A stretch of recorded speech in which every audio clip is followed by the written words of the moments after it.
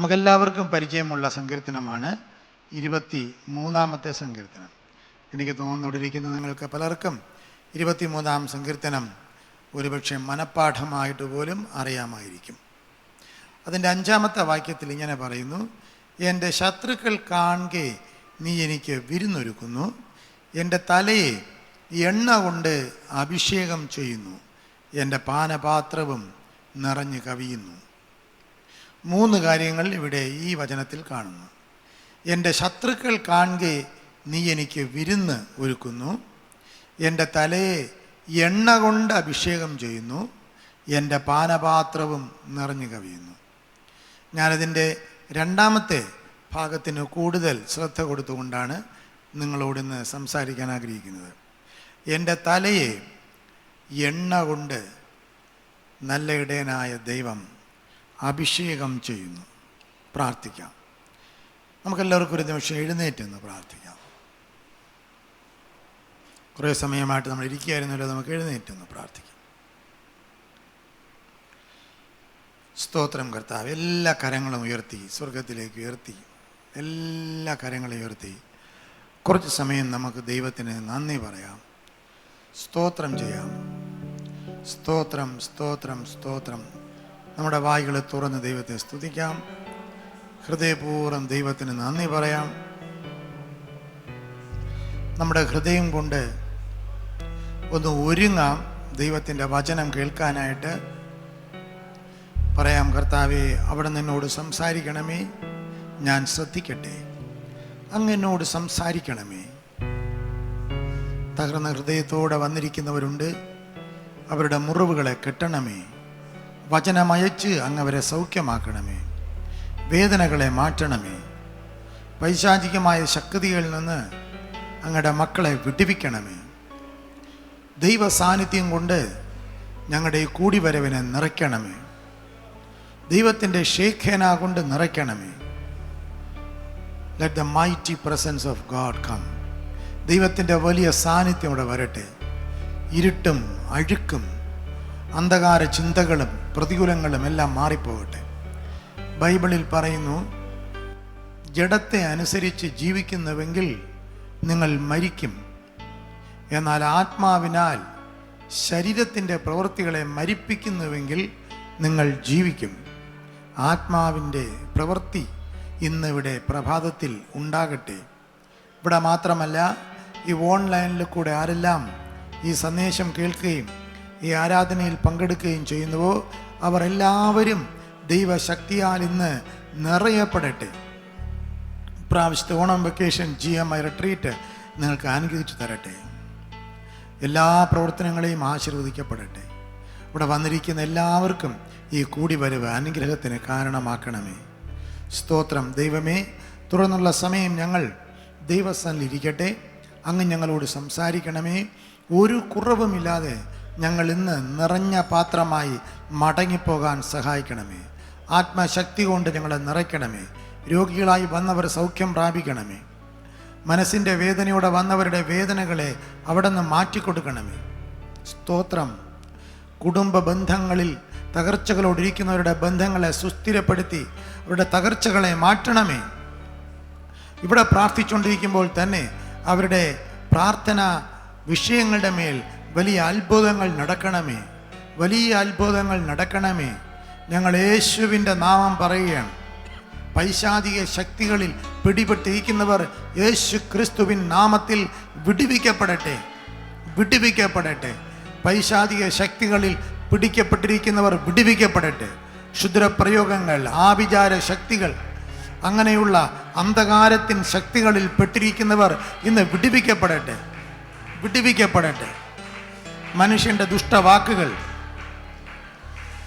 വിടക്ക് കണ്ണുകൾ, തിന്മയുടെ പ്രവൃത്തികളിൽ അകപ്പെട്ട് പോയിരിക്കുന്നവർ വിടുവിക്കപ്പെടട്ടെ.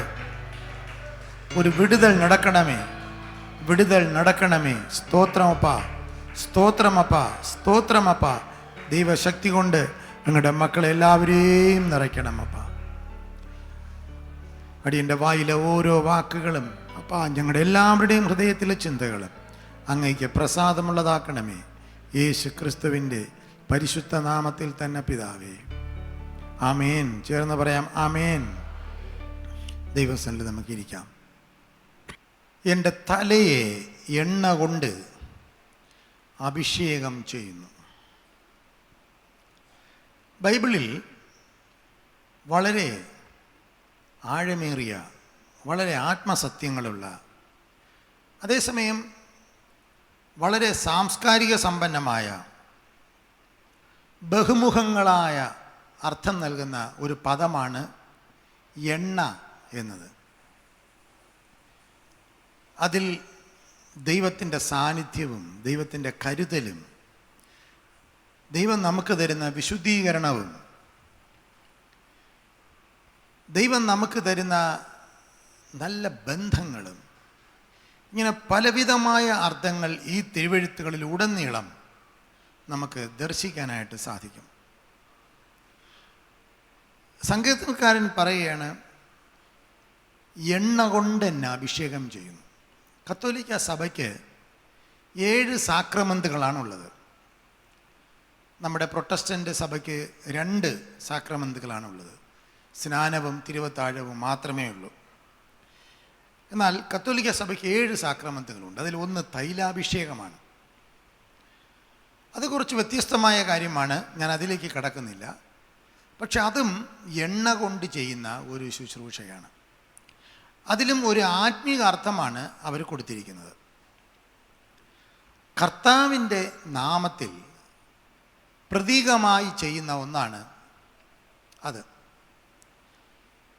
നമ്മൾ ബൈബിൾ ശ്രദ്ധിച്ച് വായിച്ചാൽ പഴയ നിയമകാലത്തും പുതിയ നിയമകാലത്തുമൊക്കെ ഒലിവെണ്ണ അല്ലെങ്കിൽ തൈലം എന്നൊക്കെ ആവർത്തിച്ച് എഴുതിയിരിക്കുന്നത് നമുക്ക് കാണാനായിട്ട് സാധിക്കും. ഇന്ന് പ്രഭാതത്തിൽ എവിടെയൊക്കെയാണ് അതിനെക്കുറിച്ച് എഴുതിയിരിക്കുന്നത്, അല്ലെങ്കിൽ അതിലെന്താണ് ആത്മീയ അർത്ഥമുള്ളത്, ഇത് നമുക്കൊന്ന് ഓടി ചിന്തിക്കാം എന്ന് ഞാൻ കരുതുകയാണ്. ഒന്നാമത്, നമ്മൾ ഉത്തമഗീതങ്ങളുടെ പുസ്തകം 1-ാം അധ്യായം അതിൻ്റെ 3-ാം വാക്യം, ഉത്തമഗീതങ്ങൾ 1-ാം അധ്യായം അതിൻ്റെ 3-ാം വാക്യത്തിൽ പറയുന്നു, നിന്റെ നാമം പകർന്ന തൈലം പോലിരിക്കുന്നു.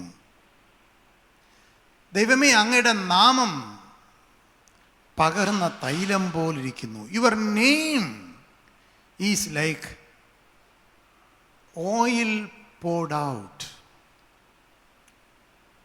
പകർന്ന തൈലം പോലെ, പകർന്ന എണ്ണ പോലെ ഇരിക്കുന്നത് അങ്ങയുടെ നാമമാണ്. യേശുവിൻ്റെ നാമം, യഹോവയുടെ നാമം. സ്തോത്രം. സദൃശവാക്യം 18:10 പറയുന്നു, യഹോവയുടെ നാമം ഉറപ്പുള്ള ഗോപുരം, നീതിമാന്മാർ അതിൽ ഓടിച്ചെന്ന് അഭയം പ്രാപിക്കുന്നു.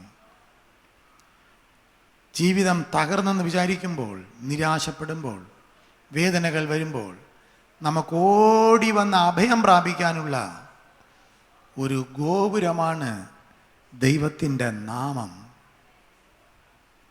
യേശുവിൻ്റെ നാമം. യേശു ജനിക്കുന്ന സമയത്ത് ഒരു പേര് കൊടുത്തു, ഇമ്മാനുവേൽ. ദൈവം നമ്മോടുകൂടെ എന്നർത്ഥമുള്ള ഇമ്മാനുവേൽ എന്നവൻ പേർ വിളിക്കപ്പെടും. അവന് യേശു എന്ന് പേരിടണം. മത്തായി സുവിശേഷം 1-ാം അധ്യായം. കാരണം ജനങ്ങളുടെ പാപങ്ങളിൽ നിന്ന് അവൻ വിടുവിക്കാനിരിക്കുന്നത് കൊണ്ട് രക്ഷിതാവ് എന്ന് അർത്ഥമുള്ള യേശു എന്ന് പേരിടണം. ഇതായിരുന്നു കൽപ്പന. യേശു എന്ന ഒരു പേര് ദൈവം എടുത്തു. മനുഷ്യരൂപമെടുത്ത് ലോകത്തിലേക്ക് വന്നു. പേരില്ലാത്ത, രൂപമില്ലാത്ത, ആർക്കും പേരിടാൻ കഴിയാത്ത അരൂപിയായ, അദൃശ്യനായ, ആത്മാവായ, സനാതനനായ, പരമാത്മാവായ ദൈവം ഒരു മനുഷ്യൻ്റെ രൂപമെടുത്ത്, അരൂപിയായവൻ രൂപധാരണം എടുത്ത്, പേരില്ലാത്തവൻ പേര് ധരിച്ച് ഈ ലോകത്തിൽ വന്നു. യേശു എന്ന പേരിൽ, യേശു അല്ലെങ്കിൽ യേശുവാ എന്ന എബ്രായ പദത്തിൻ്റെ അർത്ഥം രക്ഷിതാവ് എന്നാണ്. ഇപ്പോൾ ദൈവം ഒരു പേര് ധരിച്ചിരിക്കുന്നു, യേശു എന്ന്. സ്തോത്രം. യേശു പറയുകയാണ്, എൻ്റെ നാമത്തിൽ 2 3 പേർ കൂടുന്നിടത്ത് ഞാനുണ്ട്. എൻ്റെ നാമത്തിൽ രോഗികളുടെ മേൽ കൈവച്ചാൽ അവർക്ക് സൗഖ്യം വരും. എൻ്റെ നാമത്തിൽ ഭൂതങ്ങൾ പുറത്താക്കപ്പെടും. എൻ്റെ നാമത്തിൽ, ഇൻ മൈ നെയിം. യേശുവിൻ്റെ നാമത്തിന് ശക്തിയുണ്ട്. യേശുവിൻ്റെ നാമം പകർന്ന തൈലം പോലിരിക്കുന്നു. ഈ ലോകത്തിലുള്ള എത്രയോ പേരാണ് കഴിഞ്ഞ 2000 വർഷമായി ഈ നാമത്തിൽ ആശ്രയിച്ച് പ്രത്യാശയിലേക്ക് വന്നിട്ടുള്ളത്, ആത്മഹത്യാ ശ്രമങ്ങളിൽ നിന്ന് വിടുവിക്കപ്പെട്ടുള്ളത്, രക്ഷിക്കപ്പെട്ടിട്ടുള്ളത്. മരുന്നും മന്ത്രവുമില്ലാതെ, യാതൊരു മാന്ത്രിക ശക്തികളുമില്ലാതെ എത്ര പേരാണ് ഈ ഒറ്റ നാമത്തിൽ വിടുവിക്കപ്പെട്ടിട്ടുള്ളത്. യേശുവിൻ്റെ നാമം ഇന്നും മാറ്റമില്ലാത്തതായിട്ടിരിക്കുന്നു. കുറച്ച് വർഷങ്ങൾക്ക് മുൻപ് തമിഴ്നാട്ടിൽ ഞങ്ങളൊരു മെഡിക്കൽ ക്യാമ്പിന് വേണ്ടി കടന്നുപോയി. ഒരു വാൻ നിറയെ മരുന്നുകളും 2 ഡോക്ടർമാരും അതിൻ്റെ സ്റ്റാഫുകളും മെഡിക്കൽ സ്റ്റാഫും എല്ലാം കൂടെ കൊണ്ട് GMIയുടെ മെഡിക്കൽ മിഷനായിട്ട് നമ്മുടെ മിഷൻ ഫീൽഡുകളിൽ പോവുകയാണ്. അപ്പോൾ ഒരു സ്ഥലത്ത് നിന്ന് മറ്റൊരു സ്ഥലത്തേക്ക് ഇങ്ങനെ ക്യാമ്പ് മാറ്റി മാറ്റി പോകുന്ന സമയത്ത് കുറച്ച് ദിവസങ്ങൾ അവിടെ താമസിച്ചുകൊണ്ട് പ്രവർത്തിക്കുന്ന സമയമാണ്. ആ സമയത്ത് ഞങ്ങൾ പോകുന്നിടത്തെല്ലാം ഒരു മൈക്ക് സിസ്റ്റം കൂടെ കൊണ്ടുപോകും. കാരണം ഒത്തിരി ആൾക്കാർ കൂടുമ്പോൾ അവരോട് വർത്തമാനം പറയാൻ, സംസാരിക്കാൻ നമുക്ക് നിയന്ത്രിക്കാൻ പ്രയാസം വരും. അതുകൊണ്ടൊരു ചെറിയ ജനറേറ്ററും ഒരു മൈക്ക് സിസ്റ്റവും കൂടെ കൊണ്ടുപോകും. അപ്പോൾ ഈ ടെമ്പോയുടെ മുകളിൽ മൈക്കിൻ്റെ 2 സ്പീക്കറും വെച്ച് പാട്ടിട്ടുകൊണ്ട് ഒരു പാട്ടിങ്ങനെ ഇട്ടുകൊണ്ട് പോവുകയാണ്. പല പാട്ടുകൾ ഇട്ടുകൊണ്ട് പോകാറുണ്ട്. അപ്പോൾ ഈ മെഡിക്കൽ ക്യാമ്പെല്ലാം കഴിഞ്ഞ് കുറേ നാളുകൾ കഴിഞ്ഞ് ഇടയ്ക്കിടയ്ക്ക് ഞങ്ങൾ മെഡിക്കൽ ക്യാമ്പൊക്കെ നടത്താൻ പോകാറുണ്ട്. ഒരു ദിവസം ഞാൻ ഈ മിഷൻ ഫീൽഡിൽ പോയപ്പോൾ അവിടുത്തെ മിഷണറി പറഞ്ഞു, സാറിനെ കാണാനായിട്ട് ഒരാൾ വരുന്നുണ്ട്. ഞാൻ ചോദിച്ചു, ആരാ? അപ്പോൾ പറഞ്ഞു, ഇവിടുത്തെ ഈ ഗ്രാമത്തിലുള്ള ഒരാളിനെ കാണണമെന്ന് പറഞ്ഞു. ഞാൻ പറഞ്ഞു, വരാൻ പറഞ്ഞു. അപ്പോൾ അവിടെ എല്ലാം ഗ്രാമവാസികളാണ്, ആദിവാസികളായ പാവപ്പെട്ട ആൾക്കാരാണ്. അതിൽ തന്നെ കുറച്ചൊക്കെ വിദ്യാഭ്യാസം ഉള്ളവരുമൊക്കെ ഉണ്ട്. അപ്പോൾ അതിൽ ഒരാൾ എന്നെ കാണാനായിട്ട് വന്നു. അപ്പോൾ വെള്ള ഉടുപ്പൊക്കെ ഇട്ട് ബൈബിളൊക്കെ കയ്യിൽ പിടിച്ചിട്ടുണ്ട്. അപ്പോൾ എനിക്ക് അതിശയം തോന്നി. കാരണം അവിടെയുള്ളവർ അന്നത്തെ കാലത്ത്, ഇന്നതൊക്കെ മാറിക്കാണും, വായനയും എഴുത്തുമൊക്കെ അറിയാമെന്നുള്ളൊരു ചുരുക്കമാണ്. ക്രിസ്ത്യാനികൾ പോലും വിശ്വാസികൾ പോലും അങ്ങനെ ബൈബിളൊന്നും കൊണ്ടുവരാറില്ല. കാരണം അവർക്ക് വായിക്കാൻ അറിയത്തില്ല. പക്ഷെ ഇയാൾ ബൈബിളൊക്കെ ഞാൻ നെഞ്ചിനോട് ചേർത്ത് പിടിച്ചാണ് എന്നെ കാണാനായിട്ട് വന്നത്. എന്നിട്ട് എന്നോട് സ്തോത്രം പറഞ്ഞു. ഞാനും സ്തോത്രം പറഞ്ഞു. സ്തോത്രം അയ്യ. സാധാരണ അവിടുത്തെ ആൾക്കാരൊക്കെ പറയുന്നതാണ്, വിശ്വാസികൾ സ്തോത്രം പറഞ്ഞു. അപ്പോൾ ഞാൻ ചോദിച്ചു, എന്താണ്, എങ്ങനെയാണ്, ആരാണെന്നൊക്കെ ചോദിച്ചു. അപ്പോൾ ഇയാൾ എന്നോട് പറയുകയാണ്, കഴിഞ്ഞ വർഷം ഞാൻ ഈ ഗ്രാമത്തിൽ ആത്മഹത്യ ചെയ്യാൻ തീരുമാനിച്ച ആളാണ് അയ്യ. തർക്കുലസേതയ്ക്ക് മുടിവെടുത്തേൻ. തർക്കുല എന്ന് വെച്ചാൽ ആത്മഹത്യ. അങ്ങനെ ഞാൻ പല വഴികളും മുട്ടി. ആദിവാസിയാണ്, ക്രിസ്ത്യാനിയല്ല. അങ്ങനെ അവിടെ ഒരു പ്രത്യേകതയുള്ളത്, ഒരു പ്രത്യേകതരം മരത്തിൻ്റെ കാ കഴിച്ചാണ് ആൾക്കാർ, ഒരുപാട് പേര് ആത്മഹത്യ ചെയ്യുന്നുണ്ട് ആ കാലങ്ങളിൽ. ആ മരത്തിൻ്റെ കാ ഇടിച്ച് അതിനെ പിഴിഞ്ഞ് കുടിക്കുക, മരിക്കുക. ഒത്തിരി പേരങ്ങനെ മരിക്കുന്നുണ്ട്. വിഷം വാങ്ങിക്കാൻ കടയിലൊന്നും പോണ്ട, അവർക്കറിയാം അത് ഏത് കായാണെന്ന്. അപ്പം അങ്ങനെ ചെറുപ്പക്കാരായ പിള്ളേരൊക്കെ മരിക്കുന്ന ഒരു സമയമാണ്. അപ്പം ഇവനും മരിക്കാനായി തീരുമാനിച്ച് എല്ലാ വഴികളും വിട്ട്, അവിടെ ഇവിടെയായി വാർത്തകൾ വരും, ഇതാ അവിടെ ആ മരിച്ചിനി വിളയിൽ കുച്ചിക്കിഴങ്ങെന്നാണ് മരിച്ചിനിയെ പറയുന്നത്. ആ കുച്ചിക്കിഴങ്ങുള്ള ആ സ്ഥലത്ത് ഒരുത്തൻ ചത്ത് കിടക്കുന്നു, ഇതാ അവിടെ നാറ്റം അടിക്കുന്നു, ചിലപ്പം മരിച്ച് ഒരാഴ്ച കഴിഞ്ഞിരിക്കും. അങ്ങനെ അവിടെ ഇവിടെയായിട്ട് വാർത്ത കേൾക്കാം. വെള്ളമില്ല, കുടിവെള്ളമില്ല, ആ കാരണങ്ങളാൽ കൃഷി നശിക്കുന്നു, കൃഷിക്കാരൻ ആത്മഹത്യ ചെയ്യുന്നു. അപ്പോൾ ഈ ചെറുപ്പക്കാരൻ എന്നോട് പറയുകയാണ്, കഴിഞ്ഞ വർഷം ഞാൻ ആത്മഹത്യ ചെയ്യാൻ വേണ്ടി തീരുമാനിച്ചതാണ്. അങ്ങനെ എല്ലാം റെഡിയാക്കി, ഞാൻ ആ കായൊക്കെ റെഡിയാക്കി ഞാൻ വില്ലേജിൽ നിൽക്കുമ്പോഴാണ് ഏതോ ഒരു പാട്ട് ഞാൻ കേൾക്കുന്നു. ഒരു പാട്ട്, അന്ത വണ്ടി അയ്യ വന്ന വണ്ടി. എന്നോട് പറയുക, അയ്യ വന്ന വണ്ടിയിലാണ് ആ പാട്ട് കേട്ടത്. അപ്പം എനിക്കിതൊന്നും ഓർമ്മയില്ല. നമ്മൾ എത്രയോ സ്ഥലങ്ങളിൽ വണ്ടിയുമായിട്ട് അന്നത്തെ കാലത്ത് പോകുന്ന കാലമാണ്. ഏത് വണ്ടി, എങ്ങനെ വണ്ടി? ഞാൻ ചോദിച്ചു, ഏത് പാട്ടാണ് നീ കേട്ടത്? അവൻ പാടുകയാണ്, സോന്ത് പോകാതെ മനമേ സോന്ത് പോകാതെ. ഈ പാട്ട് അപ്പോൾ ഇത്രയും പറഞ്ഞപ്പോൾ എനിക്ക് ഓർമ്മ വന്നു, ഇത് DGS ദിനകരൻ അയ്യ പാടിയ പാട്ടിൻ്റെ കാസറ്റ്. ആ കാസറ്റ് ഞങ്ങൾ ഈ വണ്ടിയിലിട്ടുകൊണ്ട്, നമ്മൾ വണ്ടിയിൽ ചിരിച്ച് തമാശയൊക്കെ പറഞ്ഞാണ് പോണത്. പക്ഷെ ഈ പാട്ട് വണ്ടിയുടെ മുകളിൽ ഇങ്ങനെ കേട്ടുകൊണ്ടിരിക്കുകയാണ്. ഈ പാട്ട് ഈ ചെറുപ്പക്കാരൻ കേട്ടപ്പോൾ, സോന്തു പോകാതെ, നിന്നെ വിളിച്ച ഒരു യേശുണ്ട്, നിന്റെ മനസ്സ് വാടിപ്പോകാതെ. ആ ഒറ്റ നിമിഷം, ഫ്രാക്ഷൻ ഓഫ് എ സെക്കൻഡ്, മരിക്കാനായിട്ട് കാർ റെഡിയായിരിക്കുന്ന പയ്യൻ ആ ഒരു നിമിഷം കൊണ്ട് അവൻ്റെ ജീവിതത്തിൽ ഒരു റീതിങ്കിങ് വരികയാണ്. എല്ലാം മാറ്റിവെച്ചിട്ട് ഇതെവിടെയായി പാട്ട് കേൾക്കണമെന്ന് തേടി അവൻ വന്ന് ആ മെഡിക്കൽ ക്യാമ്പിന് അറ്റൻഡ് ചെയ്ത് അവിടുത്തെ പ്രസംഗവും കേട്ട്, പിന്നെ ഒരാഴ്ച ഞങ്ങൾ അവിടെ നടന്ന പല മീറ്റിങ്ങുകളും പങ്കെടുത്ത് ഞങ്ങൾ പോയി. ഇവൻ വന്ന് പരിചയപ്പെട്ടില്ല. പക്ഷെ അവൻ ആ ഒരു വർഷം അന്വേഷിച്ച് നടന്ന് യേശുവിനെ കണ്ടുമുട്ടി, രക്ഷിക്കപ്പെട്ട്, സ്നാനപ്പെട്ട്, ഇന്നൊരു സഭയിൽ ആരാധനയിൽ പോയി ബൈബിളും കൊണ്ടുവന്നിരിക്കുകയാണ്. ഞാൻ ഇന്നൊരു വിശ്വാസിയാണ്. സ്തോത്രം. ഇന്ന് ആ പയ്യൻ ഒരു മിഷണറിയാണ്. ആ ദേശത്തിൽ യേശുവിനെ പ്രസംഗിച്ച് നടക്കുകയാണ്. ഒറ്റ പാട്ടാണ്, നമ്മൾ പാടിയതല്ല. ചുമ്മാ ഒരു കാസറ്റ് ഇട്ടിട്ട് ആ പാട്ട് വണ്ടിയിൽ കൂടെ കേട്ടുകൊണ്ട് ഞങ്ങൾ വെറുതെ ഗ്രാമമായിട്ട് ഇങ്ങനെ പോകുമ്പോൾ വണ്ടിയിൽ പാട്ട് കേട്ടതാണ്.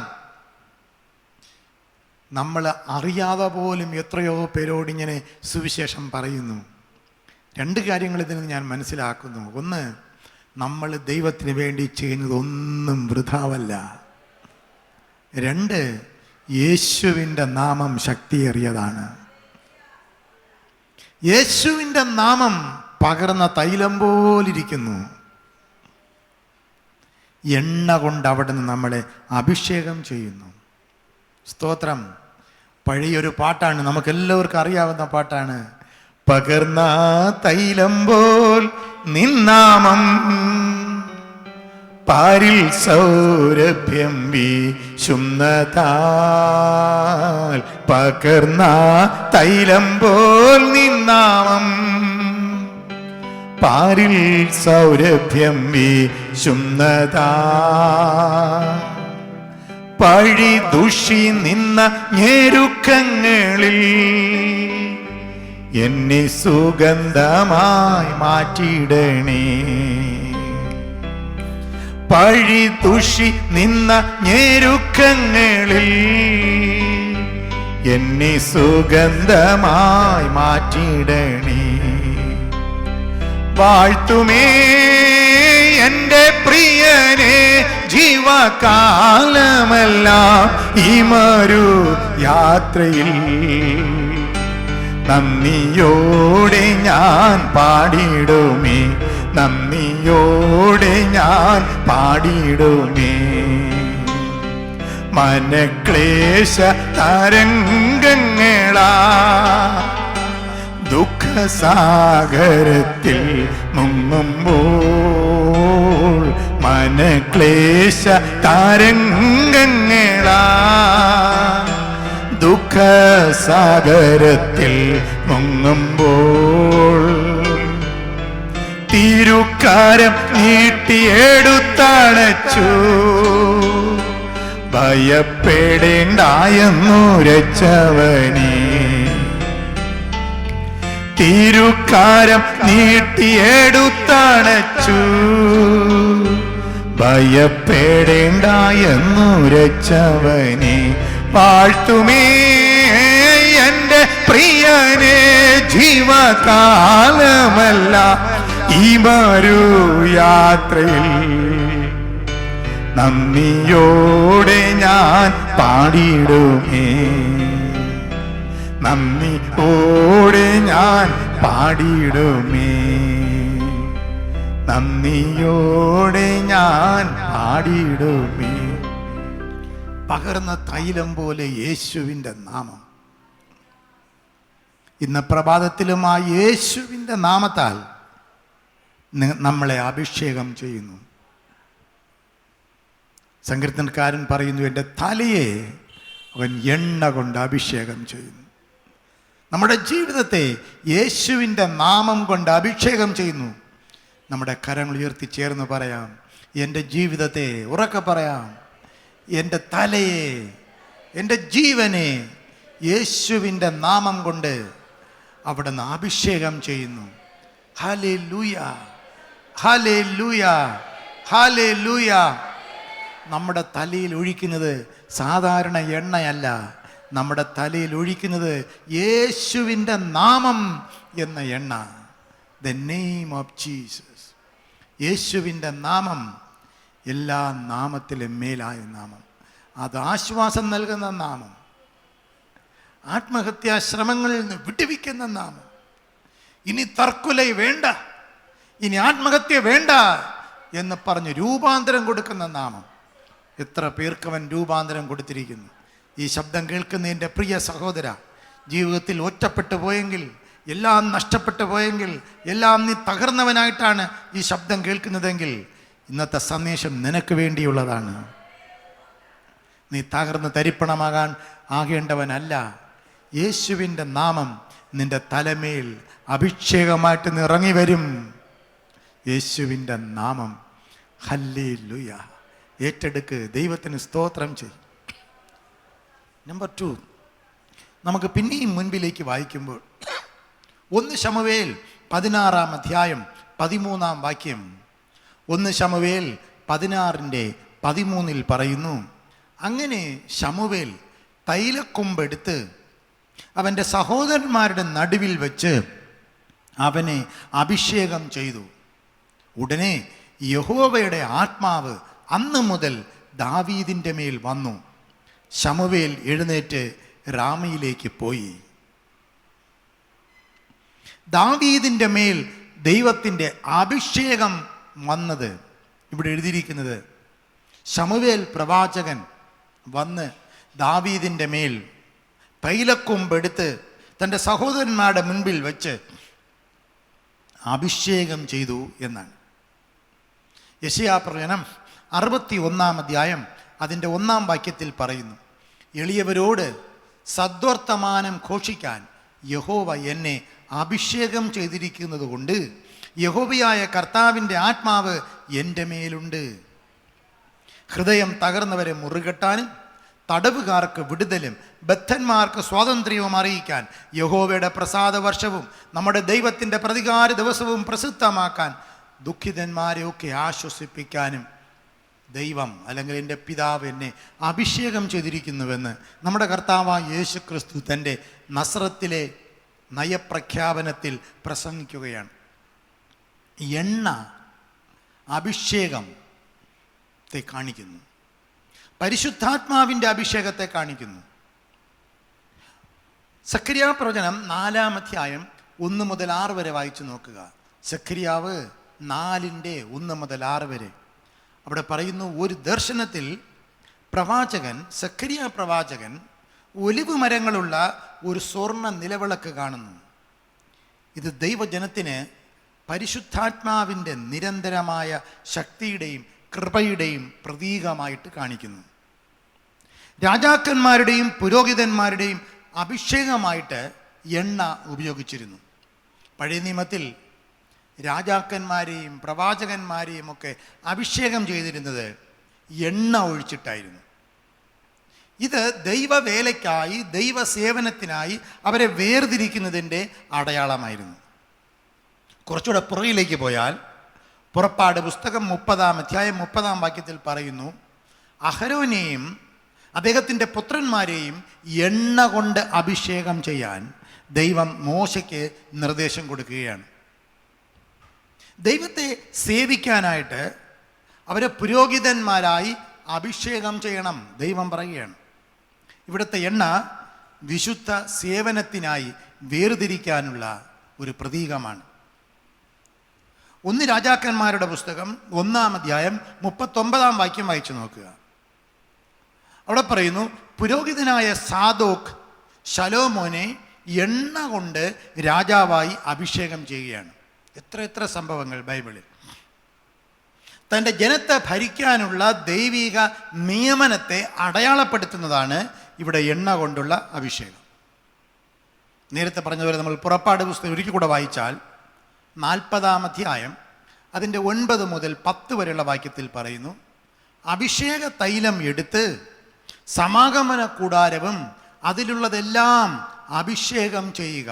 ദൈവം പറയുകയാണ്, എണ്ണയെടുത്ത് കൂടാരവും ദേവാലയം അതിനുള്ള സാമാനങ്ങളും സാധനഗ്രഹികളും അഭിഷേകം ചെയ്യുക.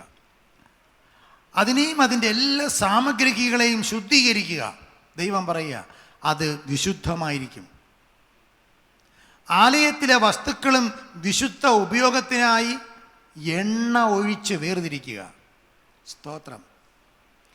ഇന്നും നമ്മൾ വിശുദ്ധ ആലയത്തിൽ ചില ആലയങ്ങളെ വിശുദ്ധീകരിക്കുന്നത് അതിൻ്റെ ഓരോ വസ്തുക്കളെയും എണ്ണ തേച്ച് പ്രാർത്ഥിച്ചിട്ടാണ്. ലേവ്യ പുസ്തകം 8:12 പറയുന്നു, മോശ അഹരോനെ തൈലം പൂശി മഹാപുരോഹിതനായി സേവിക്കാൻ അദ്ദേഹത്തെ ഒരുക്കി. തൻ്റെ വേലയ്ക്കായി അദ്ദേഹത്തിൻ്റെ സന്നദ്ധതയെ പ്രതീകപ്പെടുത്തുന്ന ഒരു ശാരീരിക തയ്യാറെടുപ്പായിരുന്നു അത്. ഒരു തരം അഭിഷേകം. അതിൻ്റെ ഭൗതിക അടയാളമായി എണ്ണ തേക്കുന്നു. സങ്കീർത്തനക്കാരൻ പറയുകയാണ്, എൻ്റെ തലയെ എണ്ണ കൊണ്ട് അഭിഷേകം ചെയ്യുന്നു. മത്തായി 25:1 മുതൽ 13 വരെയുള്ള വാക്യങ്ങൾ നമുക്കറിയാവുന്നതാണ്. 10 കന്യകമാരുടെ ഉപമ യേശു പറഞ്ഞതാണ്. ഈ ഉപമയിൽ ബുദ്ധിയുള്ള കന്യകമാർ തങ്ങളുടെ വിളക്കുകളിൽ എണ്ണയും കൂടെ കരുതുകയാണ്. മറ്റു കന്യകമാർ 5 കന്യകമാർ അവർ വിളക്കെടുത്തു, പക്ഷെ എണ്ണ കരുതിയില്ല. എല്ലാവരുടെ കയ്യിലും വിളക്കുണ്ട്, മണവാളൻ വരുന്നു. ബുദ്ധിയുള്ളവർ വളരെ നിസ്സാരമായി വിളക്ക് തെളിയിക്കുന്നു, അവർക്ക് എണ്ണയുമുണ്ട്. പക്ഷെ ബുദ്ധിയില്ലാത്തവർ വിളക്ക് തെളിയിക്കുന്നു, വിളക്ക് അണഞ്ഞു പോകുന്നു, അവർ എണ്ണ എടുക്കുന്നില്ല. അവസാന നിമിഷം അവർ എണ്ണയ്ക്കായി ഇരക്കുന്നു, പക്ഷേ ആരും കൊടുക്കുന്നില്ല. ചോദിക്കേണ്ട സമയത്ത് എണ്ണയെല്ലാം ശേഖരിച്ചോണം. സ്തോത്രം. പരിശുദ്ധാത്മാവ് വ്യാപരിക്കുന്ന സമയങ്ങളിൽ പരിശുദ്ധാത്മാവിനെ പ്രാപിച്ചോണം. പരിശുദ്ധാത്മാവ് ഇല്ലാത്ത ഒരു സമയം വരും. പരിശുദ്ധാത്മാവിൻ്റെ അഭിഷേക സമയത്തത് പ്രാപിച്ചോണം. അതുകൊണ്ട് നിറയപ്പെട്ടോണം, അതിനെ കരുതിക്കൊള്ളണം. യേശു പഠിപ്പിക്കുകയാണ്, അവരാണ് ബുദ്ധിയുള്ളവർ. മറ്റുള്ളവർ അവർക്കും കയ്യിൽ വിളക്കുണ്ട്, പക്ഷേ എണ്ണ കരുതിയില്ല. പുറപ്പാട് പുസ്തകം 27:20 വിളക്കുകൾ കത്തിക്കൊണ്ടിരിക്കേണ്ടതിന് വെളിച്ചത്തിനായി ഇടിച്ചെടുത്ത ഒലിവെണ്ണ കൊണ്ടുവരാൻ ഇസ്രായേലിനോട് കൽപ്പിക്കുകയാണ്. കൂടാര വിളക്കുകളിൽ ഉപയോഗിക്കുന്ന എണ്ണ ദൈവത്തിൻ്റെ സാന്നിധ്യത്തിൻ്റെ പ്രകാശത്തെ പ്രതീകപ്പെടുത്തുകയാണ്. അത് ദൈവജനത്തിൻ്റെ നിരന്തരം പ്രകാശത്തിൻ്റെ അടയാളമാണ്. എണ്ണയുടെ ഈ ഉപയോഗം ദൈവത്തിൽ നിന്നുള്ള ദൈവത്തിൻ്റെ അഭിഷേകത്തെയും അതിൻ്റെ അധികാരത്തെയും വിശുദ്ധീകരണത്തെയും പ്രതിനിധീകരിക്കുകയാണ്. അഭിഷേകം ചെയ്യപ്പെട്ട ജനം ഒരു പ്രത്യേക ജോലിക്ക് വേണ്ടി, ഒരു ചുമതലയ്ക്ക് വേണ്ടി എണ്ണയാൽ വേർതിരിക്കപ്പെട്ടവരാണ്. അതിൽ പലപ്പോഴും ദൈവത്തിൻ്റെ അനുഗ്രഹവും ദൈവത്തിൻ്റെ പ്രസാദവും ഉൾപ്പെട്ടിരിക്കുന്നു. ഞാൻ പറഞ്ഞു വന്നത് ദൈവവേലയ്ക്കുള്ള തയ്യാറെടുപ്പിൻ്റെയും അതിൻ്റെ സന്നദ്ധതയുടെയും അടയാളമായിട്ട് പഴയ നിയമത്തിൽ എണ്ണ ഉപയോഗിച്ചിരിക്കുന്നു. ദേവാലയത്തിൻ്റെ സേവനത്തിനായും വ്യക്തികളെ അഭിഷേകം ചെയ്യാനായും എണ്ണ ഉപയോഗിച്ചിരിക്കുന്നു. ഇത് ദൈവത്തിൻ്റെ വേലയ്ക്ക് വേണ്ടി തയ്യാറെടുക്കാനും ദൈവവേലയോടുള്ള സമർപ്പണത്തെയും സൂചിപ്പിക്കുകയാണ്. പുരാതന കാലത്ത് വെളിച്ചം നൽകുന്നതിന് വിളക്കുകളിൽ എണ്ണ ഉപയോഗിച്ചിരുന്നത് പോലെ ഈ പ്രായോഗിക ഉപയോഗം നമ്മുടെ ആത്മീക പ്രകാശം അതിന് മാർഗനിർദ്ദേശമായി നമ്മൾ കാണുകയാണ്. എൻ്റെ തലയെ എണ്ണ കൊണ്ട് അഭിഷേകം ചെയ്യുന്നു എന്ന് പറയുമ്പോൾ ഇവിടെ നമ്മൾ മനസ്സിലാക്കുന്നത് ഈ എണ്ണ പരിശുദ്ധാത്മാവിനെ കാണിക്കുന്നതാണ്. എണ്ണ യേശുവിനെ തന്നെ കാണിക്കുന്നു. യേശുവിൻ്റെ നാമം പകർന്ന എണ്ണ പോലിരിക്കുന്നു. ഇവിടെ പറയുന്നു പരിശുദ്ധാത്മാവിൻ്റെ അഭിഷേകം എണ്ണയെ പ്രതിനിധീകരിക്കുന്നു. എണ്ണ എന്ന് പറയുമ്പോൾ അത് പരിശുദ്ധാത്മാവിൻ്റെ നിറവിനെയും അഭിഷേകത്തെയും കാണിക്കുന്നു. എൻ്റെ തലയെ എണ്ണ കൊണ്ട് അഭിഷേകം ചെയ്യുന്നു എന്ന് പറയുമ്പോൾ പരിശുദ്ധാത്മാവ് കൊണ്ട് ദൈവം എന്നെ വേർതിരിക്കുന്നു എന്നർത്ഥം. പരിശുദ്ധാത്മാവിനാൽ എന്നെ നടത്തുന്നു എന്നർത്ഥം. 1994 പരിശുദ്ധാത്മാവിനെ കുറിച്ച് ഞാനൊരു ഡീറ്റെയിൽഡ് പഠനം നടത്തിയപ്പോഴാണ് വിശ്വസിച്ചിട്ട് പരിശുദ്ധാത്മാവിനെ പ്രാപിച്ചുവോ എന്ന പുസ്തകം ഞാൻ എഴുതിയത്. അനേക കോപ്പികൾ ആ പുസ്തകം വിറ്റഴിഞ്ഞു. അതിൻ്റെ 2ാമത്തെ എഡിഷൻ ഇറക്കി. ഇപ്പോൾ 3ാമത്തെ എഡിഷൻ ഇറക്കിയിരിക്കുകയാണ്. ഒരുപാട് പേര് ആ പുസ്തകം വാങ്ങി വായിക്കുന്നു. അതിന് ഇംഗ്ലീഷ് ട്രാൻസ്ലേഷനും നടന്നുകൊണ്ടിരിക്കുന്നു. അപ്പോസ്തലനായ പൗലോസ് എഫെസോസിലുള്ള വിശ്വാസികളോട് ചോദിച്ച ചോദ്യമാണ്, വിശ്വസിച്ചിട്ട് പരിശുദ്ധാത്മാവിനെ പ്രാപിച്ചു പോകും, പരിശുദ്ധാത്മാവ് ഉണ്ടെന്ന് പോലും കേട്ടിട്ടില്ല എന്നവർ മറുപടി പറഞ്ഞു. അവരോട് പൗലോസ് സംസാരിച്ചു. അതിനുശേഷം പൗലോസ് അവർക്ക് വേണ്ടി പ്രാർത്ഥിച്ചു. അവരുടെ മേൽ പരിശുദ്ധാത്മാവ് വന്നു എന്നെഴുതിയിരിക്കുന്നു. ഇന്നും പരിശുദ്ധാത്മാവ് നമ്മുടെ മേൽ ആഗ്രഹിക്കുന്നവരുടെ മേൽ ദൈവം തരാൻ ശക്തനാണ്. ഇവിടെ ഇരിക്കുന്ന എല്ലാവരോടും ഞാൻ പറയട്ടെ, പ്രിയപ്പെട്ടവരെ, ആരെങ്കിലും ആത്മശക്തി അനുഭവിക്കാത്തവരുണ്ടെങ്കിൽ, പരിശുദ്ധാത്മാവിനാൽ നിറയപ്പെടാത്ത ആരെങ്കിലും ഉണ്ടെങ്കിൽ, എത്രയോ വർഷങ്ങളായി നിങ്ങളെ ആശ്രമത്തിൽ വന്നിട്ടും പരിശുദ്ധാത്മാവിൻ്റെ നിറവിൻ്റെ അനുഭവം ലഭിക്കാതിരിക്കുന്നുണ്ടെങ്കിൽ പ്രാർത്ഥിക്കണം. കർത്താവേ, ഈ അന്ത്യകാലത്ത് സകല ജഡത്തിന്മേലും എൻ്റെ ആത്മാവിനെ പകരുമെന്ന് അരുളി ചെയ്ത കർത്താവേ, അങ്ങയുടെ ആത്മാവിനാൽ എന്നെ നിറയ്ക്കണമേ, എൻ്റെ തലമുറകളെ നിറയ്ക്കണമേ, എൻ്റെ കുടുംബത്തെ നിറയ്ക്കണമേ എന്ന് പ്രാർത്ഥിക്കണം. കാരണം ഇത് അന്ത്യകാലമാണ്. ഇത് പരിശുദ്ധാത്മാവിൻ്റെ സമയമാണ്. ഇപ്പോൾ ഞാൻ ജോലി ചെയ്യുന്ന സ്ഥലത്ത് ഓരോ ദിവസവും ഞാൻ പ്രാർത്ഥിച്ചുകൊണ്ട് പോകുന്ന അതാണ്, കർത്താവേ, എൻ്റെ മുറിയിൽ, എൻ്റെ ക്യാബിനിൽ, എൻ്റെ ഓഫീസിൽ ആര് കയറി വന്നാലും അവർ പരിശുദ്ധാത്മാവിൻ്റെ സാന്നിധ്യം അനുഭവിക്കണമേ. ആര് കയറി വന്നാലും അവരൊരു വ്യത്യാസം അനുഭവിക്കണമേ. ആർക്കെല്ലാം ഞാൻ കൈ കൊടുക്കുന്നുവോ അവർ പരിശുദ്ധാത്മാവിൽ നിറയപ്പെടണമേ. കിട്ടുന്ന അവസരങ്ങളിലൊക്കെ ഞാൻ പരിശുദ്ധാത്മാവിൻ്റെ അഭിഷേകത്തെക്കുറിച്ചും അതിൻ്റെ ആവശ്യകതയെക്കുറിച്ചും സഭാ നേതൃത്വത്തോടും ഞാൻ പറഞ്ഞുകൊണ്ടിരിക്കുന്നു. 1983 41 വർഷങ്ങൾക്ക് മുൻപ് ഞാനൊരു പള്ളിയിൽ പ്രസംഗിക്കാൻ പോയപ്പോൾ അവിടെ വെച്ച് ആ പള്ളിയുടെ കമ്മിറ്റി മെമ്പറായ ശ്രീ സുരേഷ് കുമാർ എന്ന ഒരു സഹോദരൻ, അദ്ദേഹം അന്നൊരു കോളേജ് ലെക്ചററാണ്, നെല്ലിമൂട് CSI സഭയുടെ കമ്മിറ്റി മെമ്പറായിരുന്നു അദ്ദേഹം. അന്ന് അദ്ദേഹം മാവേലിക്കര ബിഷപ്പ് മൂർ കോളേജിൽ പഠിപ്പിക്കുകയാണ്, ഹിന്ദി അധ്യാപകനാണ്.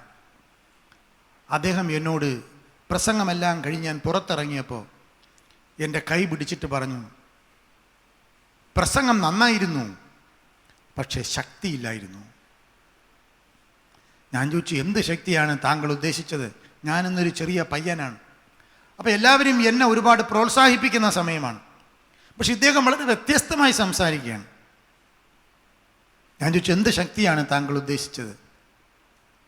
അദ്ദേഹം പറഞ്ഞു, പരിശുദ്ധാത്മാവിൻ്റെ ശക്തിയാണ് ഞാൻ ഉദ്ദേശിച്ചത്. എനിക്കൊരു പിടിയും കിട്ടിയില്ല. അദ്ദേഹം എന്നെ വീട്ടിൽ വിളിച്ചുകൊണ്ടുപോയി, ഭക്ഷണം തന്നു, വർത്തമാനം പറയാൻ തുടങ്ങി. പിന്നെ ആ വർത്തമാനം ദിവസങ്ങളായി, ആഴ്ചകളായി, മാസങ്ങളായി നീണ്ടു. പല സ്ഥലങ്ങളിലും ഞങ്ങൾ കണ്ടുമുട്ടി, പല രാത്രികളിലും കണ്ടുമുട്ടി. എന്നോട് പലവട്ടം അദ്ദേഹം ഇതിനെക്കുറിച്ച് എന്നെ സംസാരിച്ചുകൊണ്ടിരുന്നു. എന്നോട് പറഞ്ഞു, പരിശുദ്ധാത്മാവിൻ്റെ ശക്തിയിൽ നിറയപ്പെടണം. അങ്ങനെയാണ് പരിശുദ്ധാത്മാവിനെ കുറിച്ച് ഞാൻ കേൾക്കാനിടയായത്. പ്രിയപ്പെട്ടവരെ, ഞാൻ പ്രാർത്ഥിക്കാൻ തുടങ്ങി, കർത്താവേ, അങ്ങനെ ഒരു അനുഭവമുണ്ടെങ്കിൽ, പരിശുദ്ധാത്മാവിൻ്റെ നിറവ് എന്നൊരു അനുഭവമുണ്ടെങ്കിൽ എന്നെയും അവിടെ നിന്ന് നിറയ്ക്കണമേ. അങ്ങനെ പ്രാർത്ഥിക്കാൻ തുടങ്ങിയതാണ്. എത്രയോ നാളുകൾ പ്രാർത്ഥിച്ചു. പ്രിയപ്പെട്ടവരെ, ഇന്ന് നിങ്ങളോടും ഞാൻ പറയുന്നു, ഞാൻ അതിനുശേഷം പലരോടും ചോദിച്ചിട്ടുണ്ട്, പലരോടും പല സ്ഥലങ്ങളിൽ വെച്ച് ചോദിച്ചിട്ടുണ്ട്, പലരോടും ചോദിച്ചിട്ടുണ്ട്. ദൈവവേലക്കാരോട്, പ്രസംഗിക്കുന്നവരോട്, രക്ഷിക്കപ്പെട്ടു എന്ന് പറയുന്നവരോട് ചോദിച്ചിട്ടുണ്ട്, നിങ്ങൾ പരിശുദ്ധാത്മാവിൻ്റെ നിറവ് അനുഭവിച്ചിട്ടുണ്ടോ? പരിശുദ്ധാത്മാവിൻ്റെ പേരിൽ ഒരുപാട് തട്ടിപ്പുകൾ നടക്കുന്ന ഒരു കാലവും കൂടെയാണിപ്പോൾ. കള്ള ഉപദേശങ്ങൾ, വ്യാജ ഉപദേശങ്ങൾ, കള്ളപ്രവചനങ്ങൾ, അതിൻ്റെ പേരിൽ പണമുണ്ടാക്കുന്ന തന്ത്രങ്ങൾ ഒക്കെ നടക്കുന്ന ഒരു ദുഷ്ട കാലഘട്ടമാണ് ഇപ്പോഴത്തെ കാലഘട്ടം. 41 വർഷങ്ങൾക്ക് മുൻപ് ഉള്ളതുപോലെ അല്ല. അന്ന് കുറച്ചുകൂടെ ജെനുവിനായിരുന്നു, സത്യസന്ധതയുള്ളവരായിരുന്നു, വചനത്തോട് കുറച്ചുകൂടെ വിശുദ്ധിയോട് വചനത്തെ വീക്ഷിക്കുന്നവരായിരുന്നു. ഇന്ന് അവസ്ഥയൊക്കെ ഒരുപാട് മാറിയിരിക്കുന്നു. എല്ലാം അങ്ങനെയാണെന്ന് ഞാൻ പറയുന്നില്ല, പക്ഷെ ഒരുപാട് മാറിയിരിക്കുന്നു. ഇന്ന് സ്റ്റേജ് പെർഫോമൻസാണ്, ഇന്ന് അടിപൊളി പരിപാടികളാണ്. പാപബോധമില്ല, പാപത്തെക്കുറിച്ചൊരു ബോധം ആൾക്കാർക്കില്ല. ഇത് പാപമാണ്, തിന്മ മാറി നടക്കേണ്ടതാണ്. എൻ്റെ വാക്കും പ്രവൃത്തിയും നോട്ടവും ചിന്തയും വിശുദ്ധമായിരിക്കണം. ദൈവത്തിൻ്റെ ആലയമാണ് എൻ്റെ ശരീരം, അത് വിശുദ്ധമായി സൂക്ഷിക്കണം. ആത്മാവിനാൽ ശരീരത്തിൻ്റെ പ്രവൃത്തികളെ മരിപ്പിക്കണം, എന്നാലേ ഞാൻ ജീവിക്കൂ. പരിശുദ്ധാത്മാവിൻ്റെ പ്രധാന പ്രവൃത്തി പാപത്തെക്കുറിച്ചും നീതിയെക്കുറിച്ചും ന്യായവിധിയെക്കുറിച്ചും ബോധ്യം വരുത്തുന്നതാണ്. അല്ലാതെ ചാടുന്നതോ തുള്ളുന്നതോ ഛർദ്ദിക്കുന്നതോ മീറ്റിംഗ് സ്ഥലത്ത് കിടന്ന് ഉരുളുന്നതോ ഒന്നുമല്ല എന്നൊക്കെ ആൾക്കാർ പഠിക്കണം. പക്ഷേ അതിനെക്കുറിച്ചൊന്നും ആൾക്കാർക്ക് ബോധമില്ല. പാപത്തെക്കുറിച്ച് ബോധം വരുന്നില്ല, ന്യായവിധിയെക്കുറിച്ച് ബോധം വരുന്നില്ല. എന്നാൽ ഒരു 40 വർഷങ്ങൾക്ക് മുൻപ് അങ്ങനെ ആയിരുന്നില്ല. കുറച്ചുകൂടെ ഉണർവ് സത്യസന്ധമായിരുന്നു, പരമാർത്ഥതയുള്ള ഉണർവായിരുന്നു. ഞാനിന്ന് എഞ്ചിനീയറിംഗ് കോളേജിൽ പഠിക്കുന്ന കാലമാണ്. എന്നോടൊപ്പം സീനിയറായിട്ടൊക്കെ പഠിച്ചുകൊണ്ടിരുന്നവരും ജൂനിയറായി പഠിച്ചുകൊണ്ടിരുന്ന ഒരുപാട് പേർ കർത്താവിൻ്റെ വേലയ്ക്ക് വേണ്ടി വിളിക്കപ്പെട്ട് ഇറങ്ങി വന്നു. സ്തോത്രം. പാപത്തിൽ നിന്ന് അകം നടക്കാൻ തീരുമാനിച്ചു.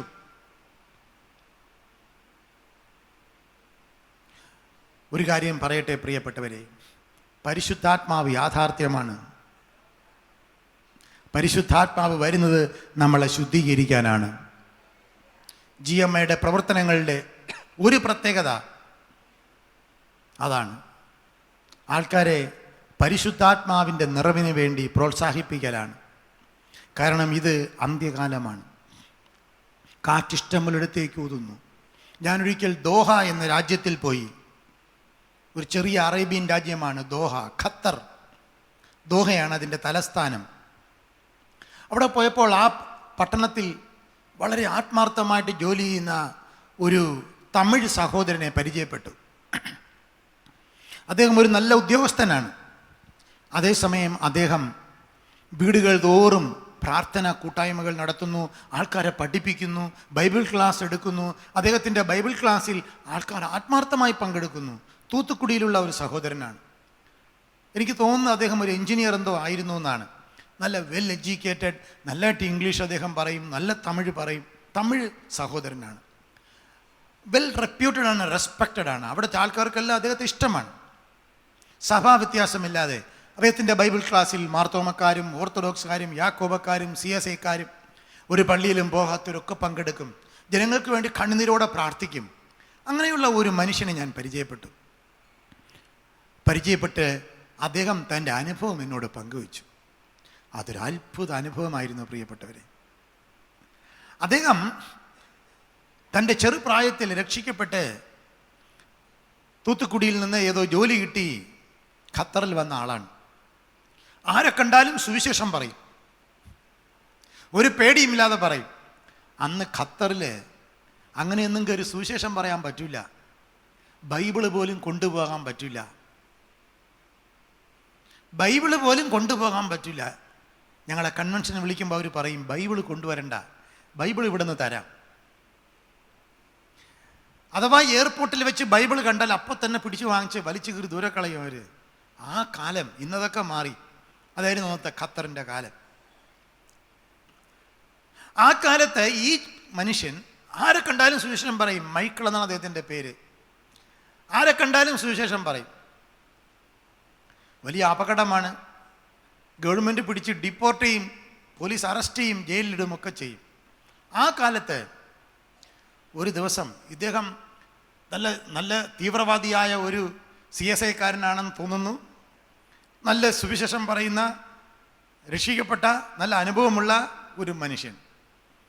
ഒരു ദിവസം അദ്ദേഹം റോഡിലൂടെ ഞാൻ നടന്നു പോകുമ്പോൾ ഫുട്പാത്തിലൂടെ ഒരു ഖത്തറി, ഒരു ഒറിജിനൽ അറബി കുപ്പായമിട്ട ഒരു അറബി, നല്ല സൗന്ദര്യമുള്ളവരാണ്, നല്ല ഹൈറ്റും നല്ല ചുവന്ന നിറവും ഒക്കെ ഉള്ളൊരു ഒറിജിനൽ ഖത്തറി നടന്നു വരികയാണ്.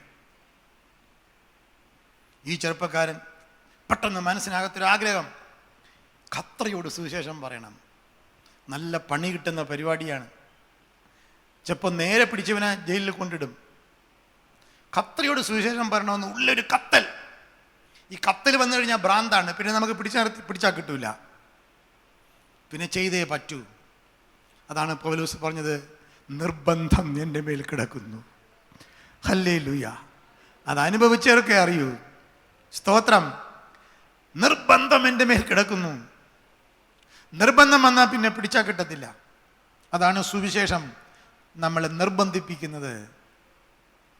ഇതോട് പറഞ്ഞു, ഇവനോട് സുവിശേഷം പറ എന്ന് ആത്മാവ് പറഞ്ഞു.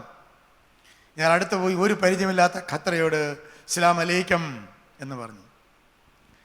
അപ്പോൾ ഖത്തറികൾ ആര് കണ്ടാലും ബഹുമാനത്തോടെ അസ്സലാമു അലൈക്കും, തിരിച്ച് മലൈക്കും ഇസ്ലാം തിരിച്ചും പറഞ്ഞു.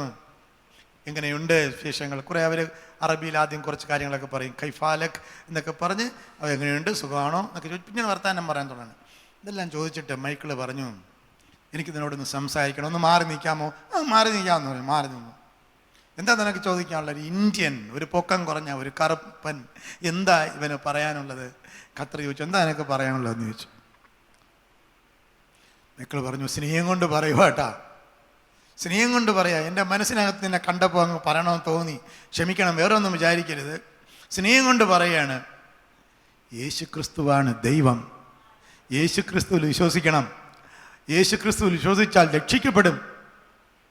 അറബിയിൽ അങ്ങോട്ട് പറഞ്ഞു കൊടുക്കുക. ഖത്രി മൈക്കിളിനെ സൂക്ഷിച്ച് നോക്കിയിട്ട് ചോദിച്ചു, ആർ യു എ ക്രിസ്ത്യൻ? നീ ഒരു ക്രിസ്ത്യാനിയാണോ? മൈക്കിൾ പറഞ്ഞു, yes, I am a Christian. അടുത്ത question, have you received the holy spirit? അറബി ചോദിക്കുക, നീ പരിശുദ്ധാത്മാവിഷയം പ്രാപിച്ചിട്ടുണ്ടോ? ആരോട് ചോദിക്കുക? ഈ ക്രിസ്ത്യാനിയോട് ചോദിക്കുക. അറബി തിരിച്ചു ചോദിക്കുക, നീ പരിശുദ്ധാത്മാവിനെ പ്രാപിച്ചിട്ടുണ്ടോ? മൈക്കിൾ അന്തം വിട്ട് ഖത്രിയുടെ മുഖത്ത് നോക്കുക. അടുത്ത ക്വസ്റ്റ്യൻ, നീ അന്യഭാഷ വരം പ്രാപിച്ചിട്ടുണ്ടോ? Do you speak in tongues? Michael പറഞ്ഞു, അതെനിക്കില്ല.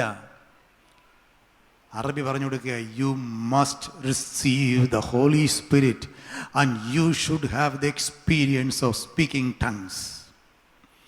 നീ അഭിഷേകം പ്രാപിച്ച് അന്യഭാഷയിൽ പ്രാർത്ഥിക്കുന്ന അനുഭവം പ്രാപിച്ചോളണം. എന്ന് ഖത്തറി ഈ മൈക്കിളിനോട് പറഞ്ഞിട്ട് ഖത്തറി നടന്നുപോയി.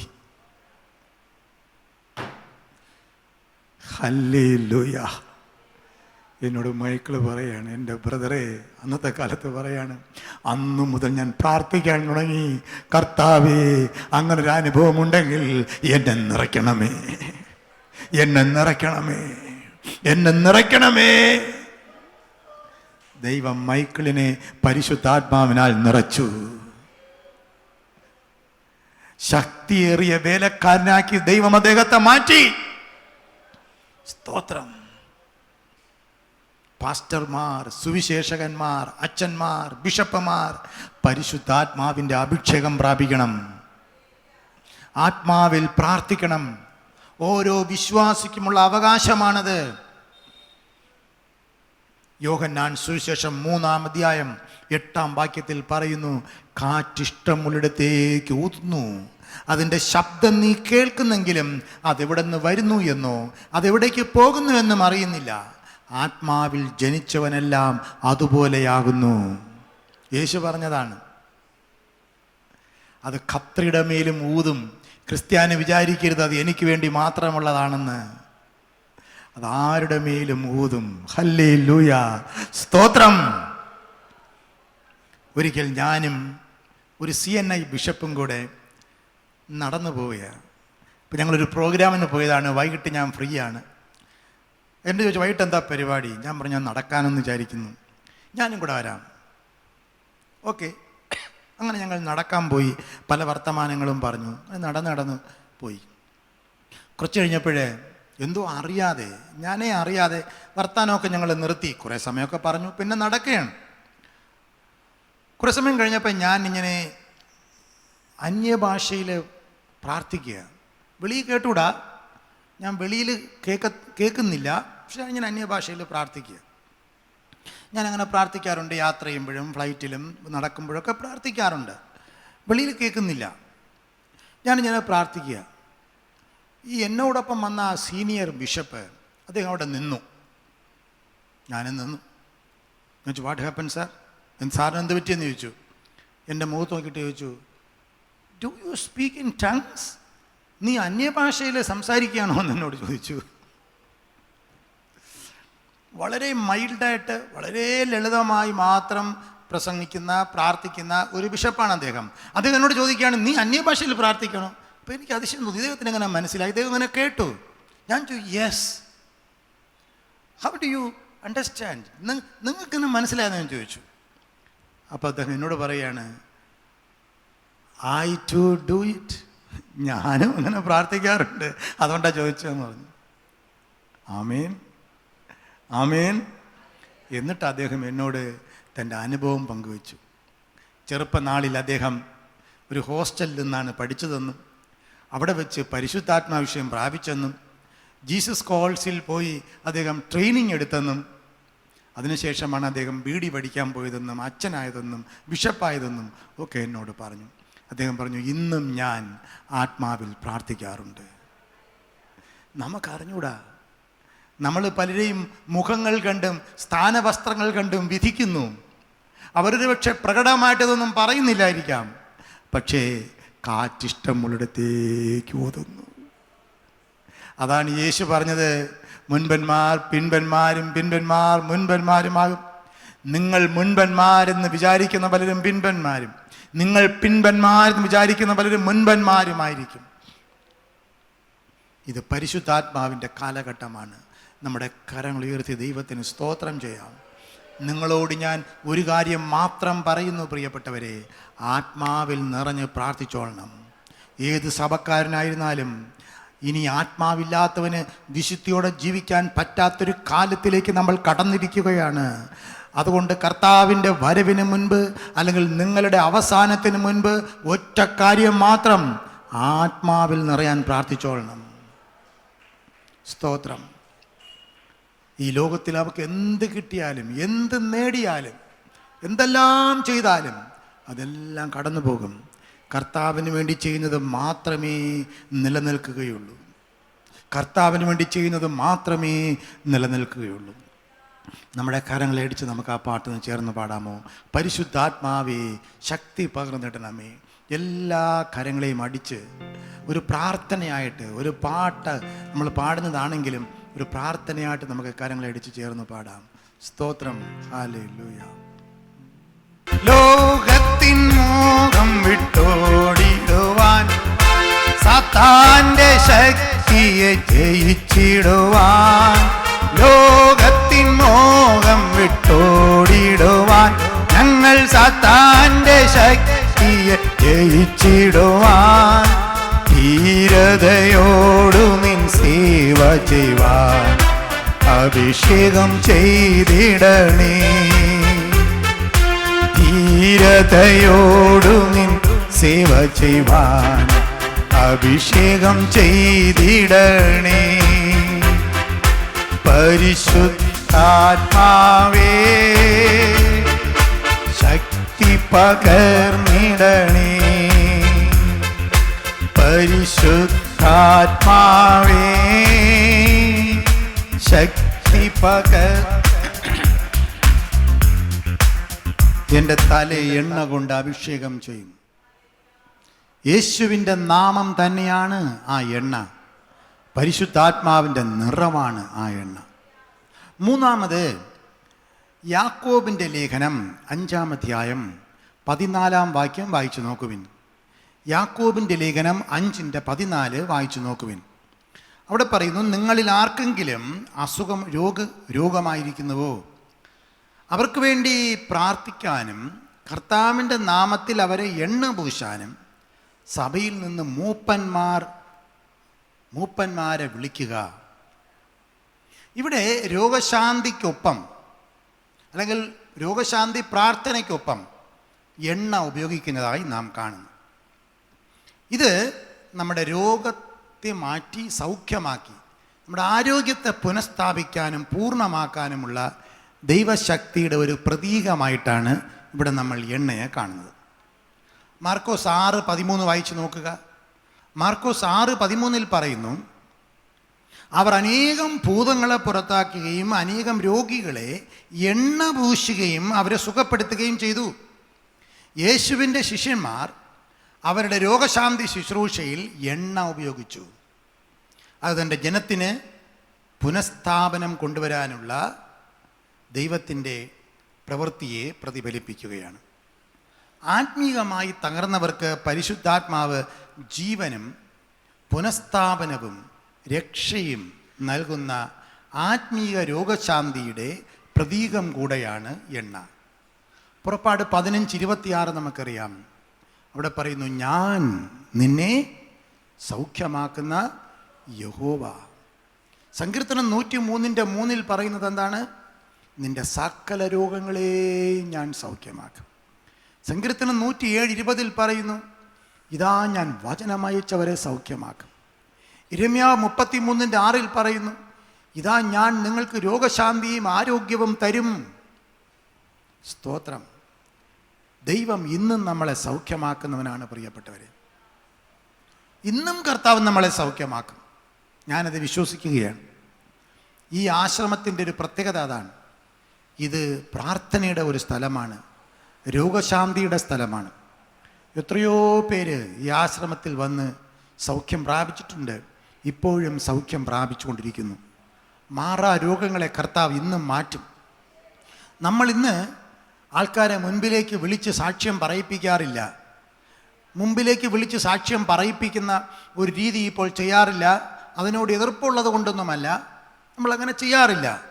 പക്ഷേ അതിൻ്റെ അർത്ഥം കർത്താവ് തൻ്റെ രോഗശാന്തിയുടെ ശുശ്രൂഷ നിർത്തിക്കളഞ്ഞു എന്നല്ല. കർത്താവ് ഇന്നും രോഗികളെ സൗഖ്യമാക്കിക്കൊണ്ടിരിക്കുന്നു. ഇവിടെ പ്രാർത്ഥിച്ചുകൊണ്ടിരിക്കുന്ന നിങ്ങൾക്കും ആ രോഗശാന്തി അനുഭവിക്കാനായി സാധിക്കും. സ്തോത്രം. എണ്ണ കാണിക്കുന്നത് രോഗശാന്തിയെ കൂടെയാണ്. അവർ എണ്ണ തേച്ച് പ്രാർത്ഥിച്ചു, സൗഖ്യം നന്നു എന്ന് പറയുന്നത് പോലെ എൻ്റെ തലയെ എണ്ണ കൊണ്ട് അഭിഷേകം ചെയ്യുന്നു എന്ന് പറയുമ്പോൾ നമ്മൾ മനസ്സിലാക്കുന്നത് അവിടുന്ന് നമ്മളെ പൂർണ്ണമായി സൗഖ്യമാക്കുന്നു എന്നാണ്. എത്രയെത്ര വചനങ്ങളാണ് ബൈബിളിലുള്ളത്, എത്രയെത്ര വചനങ്ങൾ. യെശയ്യാ പ്രവചനം 53-ാം അധ്യായം 3 മുതൽ 5 വരെയുള്ള വാക്യങ്ങൾ. മത്തായി സുവിശേഷം 8-ാം അധ്യായം 17-ാം വാക്യം. 1 പത്രോസ് 2-ാം അധ്യായം 24-ാം വാക്യം. അവിടെയൊക്കെ പറയുന്നു, സാക്ഷാൽ അവിടെ നിന്ന് നമ്മുടെ രോഗങ്ങളെ ഏറ്റെടുത്തു, വ്യാധിയെ ചുമന്നു. നമുക്ക് വരേണ്ടിയ പാപം യേശു, ശാപത്തെയും യേശു ഏറ്റെടുത്തിട്ട് അവിടെ നിന്ന് തൻ്റെ അടിപ്പിണരുകളാൽ നമുക്ക് സൗഖ്യം തന്നിരിക്കുന്നു. എല്ലാ രോഗങ്ങളെയും കർത്താവ് സൗഖ്യമാക്കും. ഇന്നും കർത്താവ് സൗഖ്യമാക്കാൻ ശക്തൻ. പലതരം രോഗങ്ങളോടെ, പലതരം ശാരീരിക വേദനകളോടെ പ്രാർത്ഥിക്കുന്നവരുണ്ട്. പ്രിയപ്പെട്ടവരെ, എത്രയോ പേരുടെ സാക്ഷ്യങ്ങൾ നമ്മളിവിടെ കേട്ടിട്ടുണ്ട്. പല സാക്ഷ്യങ്ങളും നമ്മൾ കേട്ട് മറന്നു പോകാറുണ്ട്. പല അനുഭവങ്ങളും ഞാൻ എടുത്ത് പറയാറില്ല. എത്ര പേര് ടെലിഫോൺ ചെയ്ത്, എത്ര മെസ്സേജുകൾ. എല്ലാ ദിവസവും നമ്മുടെ ഓഫീസിലേക്ക് ആൾക്കാർ സന്ദേശം അയക്കുന്നു. ഇമെയിലിലൂടെ, കത്തുകളിലൂടെ, ഫോണിലൂടെ പ്രാർത്ഥിക്കാൻ അറിയിക്കുന്നു. ഇവിടുത്തെ ആശ്രമത്തിലും അറിയിക്കുന്നു, തിരുവനന്തപുരത്ത് ഓഫീസിലും അറിയിക്കുന്നു. അത് കൃത്യമായി നമ്മുടെ ഓഫീസിലുള്ളവർ എഴുതിയെടുക്കുന്നു, ഫോണിൽ കൂടെ പ്രാർത്ഥിക്കുന്നു. അതിനുശേഷം ആ പ്രാർത്ഥനാ വിഷയങ്ങളെ ഇവിടെ പ്രാർത്ഥിക്കുന്ന ഹന്ന ഗ്രൂപ്പിന് കൈമാറുന്നു. ആ വിഷയങ്ങൾ മാത്രം, ലെറ്ററുകൾ കോൺഫിഡൻഷ്യലായിട്ട് ഓഫീസിൽ വച്ചിരിക്കുന്നു, വിഷയങ്ങൾ മാത്രം കൊടുക്കുന്നു. ആ വിഷയങ്ങൾക്ക് വേണ്ടി നിരന്തരമായി പ്രാർത്ഥിക്കുന്നു. എല്ലാ ദിവസവും ഓഫീസിലും ആശ്രമത്തിലും ടെലിഫോണിലൂടെയോ കത്തിലൂടെയോ ഇമെയിലിലൂടെയോ എങ്ങനെയെങ്കിലും കിട്ടുന്ന വിഷയങ്ങളെ ടൈപ്പ് ചെയ്ത് എനിക്കവരയച്ചു തരുന്നു. എല്ലാ ദിവസവും അയക്കുന്നു. ഞാൻ എവിടെയാണെങ്കിലും ആ വിഷയങ്ങളെ എനിക്ക് കിട്ടുന്നു. എല്ലാ ദിവസവും ആ വിഷയങ്ങൾക്ക് വേണ്ടി ഞാനും പ്രാർത്ഥിക്കുന്നു. പേര് പറഞ്ഞ് പ്രാർത്ഥിക്കുന്നു. ഒരുപക്ഷെ അത് അയച്ചാരെന്ന് എനിക്ക് അറിഞ്ഞുകൂടാ, അവരെ വ്യക്തിപരമായിട്ട് എനിക്ക് അറിഞ്ഞുകൂടായിരിക്കാം. എന്നാലും ആ വിഷയങ്ങൾ പറഞ്ഞ് പ്രാർത്ഥിക്കുന്നു. കുറച്ച് കഴിയുമ്പോൾ ആ കത്തിന് മറുപടി വരുന്നു. അവർ പലരും പറയുന്നു, കർത്താവ് അത്ഭുതകരമായി എന്നെ സൗഖ്യമാക്കി. ക്യാൻസർ എന്ന് പറഞ്ഞു, ഇപ്പോൾ ഡോക്ടർ അല്ലെന്ന് പറയുന്നു. എത്രയെത്ര അത്ഭുതങ്ങൾ ഞങ്ങൾ കേൾക്കുന്നു. മനഃപൂർവ്വമായിട്ട് നമ്മൾ മാസികയിലൊന്നും അത് സാക്ഷ്യമായിട്ടോ അതൊരു അത്ഭുതമായിട്ടോ ഒന്നും ഇപ്പോൾ പ്രസിദ്ധീകരിക്കാറില്ല. പണ്ട് ചെയ്യുമായിരുന്നു. ഇപ്പോൾ അത് ചെയ്യുന്നത് ശരിയല്ലെന്ന് തോന്നിയിട്ട് അത് ചെയ്യുന്നില്ല. പക്ഷെ നിങ്ങളായിരിക്കുന്ന സ്ഥലങ്ങളിൽ നിങ്ങൾക്ക് കർത്താവിനെ സാക്ഷിക്കാനായിട്ട് സാധിക്കും. യേശു സൗഖ്യമാക്കിയെന്ന് പറയുക. ആമേൻ. യേശു ഇന്നലെയും ഇന്നും എന്നേക്കും മാറാത്തവനാണ്, സൗഖ്യമാക്കുന്നവനാണ്. പ്രിയപ്പെട്ടവരെ, ഈ ആശ്രമം ഒരു സൗഖ്യത്തിൻ്റെ സ്ഥലമാണ്. മാറാ രോഗങ്ങളെ കർത്താവ് വിടുവിക്കും. ഹിസ്കിയാവ് കരഞ്ഞു. അവന് ആയുസ്സിൽ 15 വർഷം കൂടെ കർത്താവ് നീട്ടിക്കൊടുത്തു. നമ്മുടെ ആശ്രമത്തിൽ വന്ന് കരഞ്ഞിട്ടുള്ള എത്രയോ പേർക്കാണ് കർത്താവ് ആയുസ് നീട്ടിക്കൊടുത്തിട്ടുള്ളത്. ഇതാ മരിച്ചു പോകും, അടുത്ത ആഴ്ച മരിക്കും, അടുത്ത മാസം മരിക്കും എന്നൊക്കെ പറഞ്ഞിട്ടുള്ള എത്രയോ പേര് ഇന്നും ആരോഗ്യത്തോടെ ഇതാ ഇവിടെ ഇരിക്കുന്നു, ജീവിക്കുന്നു. കർത്താവ് രോഗശാന്തി തരുന്ന കർത്താവ് തന്നെ. ആമേൻ. നിൻ്റെ തലയെ എണ്ണ കൊണ്ട് അഭിഷേകം ചെയ്യുന്നു എന്ന് പറഞ്ഞാൽ അവിടെ നിന്ന് നമുക്ക് സൗഖ്യം തരുന്നു, ആരോഗ്യം തരുന്നു എന്നും ഒരു അർത്ഥമുണ്ട്. നാലാമത്, എണ്ണയ്ക്ക് മറ്റൊരർത്ഥമുണ്ട്. നമ്മൾ ഇന്ന് വായിച്ച സങ്കീർത്തനം 23:5 വായിക്കുക. തലയെ എണ്ണ കൊണ്ട് അഭിഷേകം ചെയ്യുന്നു, നിന്റെ പാനപാത്രവും നിറഞ്ഞു കവിയുന്നു. അടുത്ത വാക്യം, നന്മയും കരുണയും നിന്റെ ആയുഷ്കാലമൊക്കെ നിന്നെ പിന്തുടരും. Hallelujah, hallelujah. എണ്ണ കാണിക്കുന്നത് നന്മയെയും കരുണയെയുമാണ്. സമ്പൽ സമൃദ്ധിയാണ്, ഐശ്വര്യത്തെയാണ്, അനുഗ്രഹത്തെയാണ്. ഈ ഓണം എന്ന് പറയുന്നത് തന്നെ ഐശ്വര്യത്തിൻ്റെ ഒരു ആഘോഷമാണല്ലോ. ദൈവം നമുക്ക് ഐശ്വര്യങ്ങളാൽ നിറയ്ക്കുന്നൊരു ദൈവമാണ്. ദൈവത്തിൻ്റെ സമൃദ്ധിയും കരുതലും ഇതുമായി ബന്ധപ്പെട്ടിരിക്കുകയാണ്. ഒരുപാട് വാക്യങ്ങളുണ്ട്. ആവർത്തന പുസ്തകം 8-ാം അധ്യായം 7-8 വാക്യങ്ങൾ വായിച്ചു നോക്കുക. 7-8 വാക്യങ്ങൾ. പലപ്പോഴും ബൈബിൾ കാലഘട്ടത്തിൽ ഈ ഒലിവെണ്ണ ഒരു പ്രധാന വസ്തുവായിരുന്നു. പാചകം ചെയ്യുന്നതിനും വിളക്ക് കത്തിക്കുന്നതിനും മതപരമായ ആചാരങ്ങൾക്കും ഒക്കെ ഉപയോഗിച്ചിരുന്നു. അതേസമയം തന്നെ ദൈവത്തിൻ്റെ ഐശ്വര്യത്തിൻ്റെയും അനുഗ്രഹത്തിൻ്റെയും ഒരു സമൃദ്ധിയുടെയും അടയാളമായിട്ട് ഇതിനെ ഉപയോഗിച്ചിരുന്നു. കവിഞ്ഞൊഴുകുന്ന സമൃദ്ധിയെക്കുറിച്ചാണ് ഇവിടെ സംസാരിക്കുന്നത്. ആവർത്തന പുസ്തകം 8-ാം അധ്യായം വായിച്ചു നോക്കുക, 7 മുതൽ 9 വരെയുള്ള വാക്യങ്ങൾ. അവിടെ പറയുന്നു, ഇസ്രായേലിയരെ കുറിച്ച് പറയുകയാണ്. അത് ഒലിവെണ്ണയെ, അത് സ്ഥലം തേനിൻ്റെയും എണ്ണയുടെയും ദേശമായി അവിടെ പറയുന്നു. സന്തോഷത്തിൻ്റെയും അനുഗ്രഹത്തിൻ്റെയും പ്രതീകമായി അതിനെ കാണുന്നു. സങ്കീർത്തനം 45:7 വായിക്കുക. അവിടെ പറയുന്നു, ദൈവമേ, നീ നീതിയെ സ്നേഹിക്കുകയും ദുഷ്ടതയെ വെറുക്കുകയും ചെയ്യുന്നു. അതിനാൽ നിന്റെ ദൈവം നിന്നെ ആനന്ദത്തിൻ്റെ തൈലം കൊണ്ട് അഭിഷേകം ചെയ്യുന്നു. ആനന്ദ തൈലം, ദ ഓയിൽ ഓഫ് ജോയ്, സന്തോഷത്തിൻ്റെ എണ്ണ എന്നവിടെ പറയുന്നു. യെശയ്യാവ് 61:3 നമ്മൾ വായിച്ചതാണ്. സിയോനിലെ ദുഃഖിതന്മാർക്ക് വെണ്ണീരിന് പകരം അലങ്കാരമാലയും ദുഃഖത്തിന് പകരം ആനന്ദ തൈലവും വിഷണ്ണ മനസ്സിന് പകരം സ്തുതി എന്ന മേലാടയും കൊടുക്കാൻ അവൻ എന്നെ അയച്ചിരിക്കുന്നു. ആമേൻ. ദുഃഖിതന്മാർക്ക് വെണ്ണീരിന് പകരം അലങ്കാരമാല കൊടുക്കുമെന്ന്. ദുഃഖിച്ചിരിക്കുന്ന സഹോദര, നിന്റെ മനസ്സ് തകർന്നു പോകാതെ, എന്തിന് ഞാൻ ജീവിക്കണമെന്ന് ഇനി ചിന്തിക്കാതെ, മനസ്സ് പതറിപ്പോകാതെ, സ്വന്തു പോകാതെ, ദുഃഖിതന്മാർക്ക് വെണ്ണീരിന് പകരം ചാമ്പലിന് പകരം, ദുഃഖം വരുമ്പോൾ ചാമ്പല് വാരി ചാരം വാരി തലയിലിടുന്നു. ഇവിടെ പറയുന്നു, എന്തിനാണ് ദൈവം എന്നെ അഭിഷേകം ചെയ്തിരിക്കുന്നത്? യേശു പറയുകയാണ്, വെണ്ണീരിന് പകരം അലങ്കാരമാല അണിയിക്കാനാണ് ദൈവം എന്നെ അഭിഷേകം ചെയ്തിരിക്കുന്നത്. ദുഃഖത്തിന് പകരം ആനന്ദ തൈലം പകരാൻ, വിഷണ്ണ മനസ്സിന് പകരം സ്തുതി എന്ന മേലാട ധരിപ്പിക്കാൻ ദൈവം എന്നെ അയച്ചിരിക്കുന്നു. ഓ, നമ്മുടെ കരങ്ങൾ ഉയർത്തി ശക്തിയോടെ ഒരു ഹല്ലേലൂയ പറയാം. ദൈവമക്കളെ, ശക്തിയോടെ പറ. ദുഃഖിതന്മാർക്ക് വെണ്ണീരിന് പകരം അലങ്കാരമാലയും ദുഃഖത്തിന് പകരം ആനന്ദ തൈലവും വിഷണ്ണ മനസ്സിന് പകരം സ്തുതി എന്ന മേലാടയും കൊടുക്കാൻ ദൈവം എന്നെ അഭിഷേകം ചെയ്തിരിക്കുന്നു. അഭിഷിക്തനായ കർത്താവേ, ഞങ്ങളെ അഭിഷേകം ചെയ്യണമേ. ഹല്ലേലൂയ.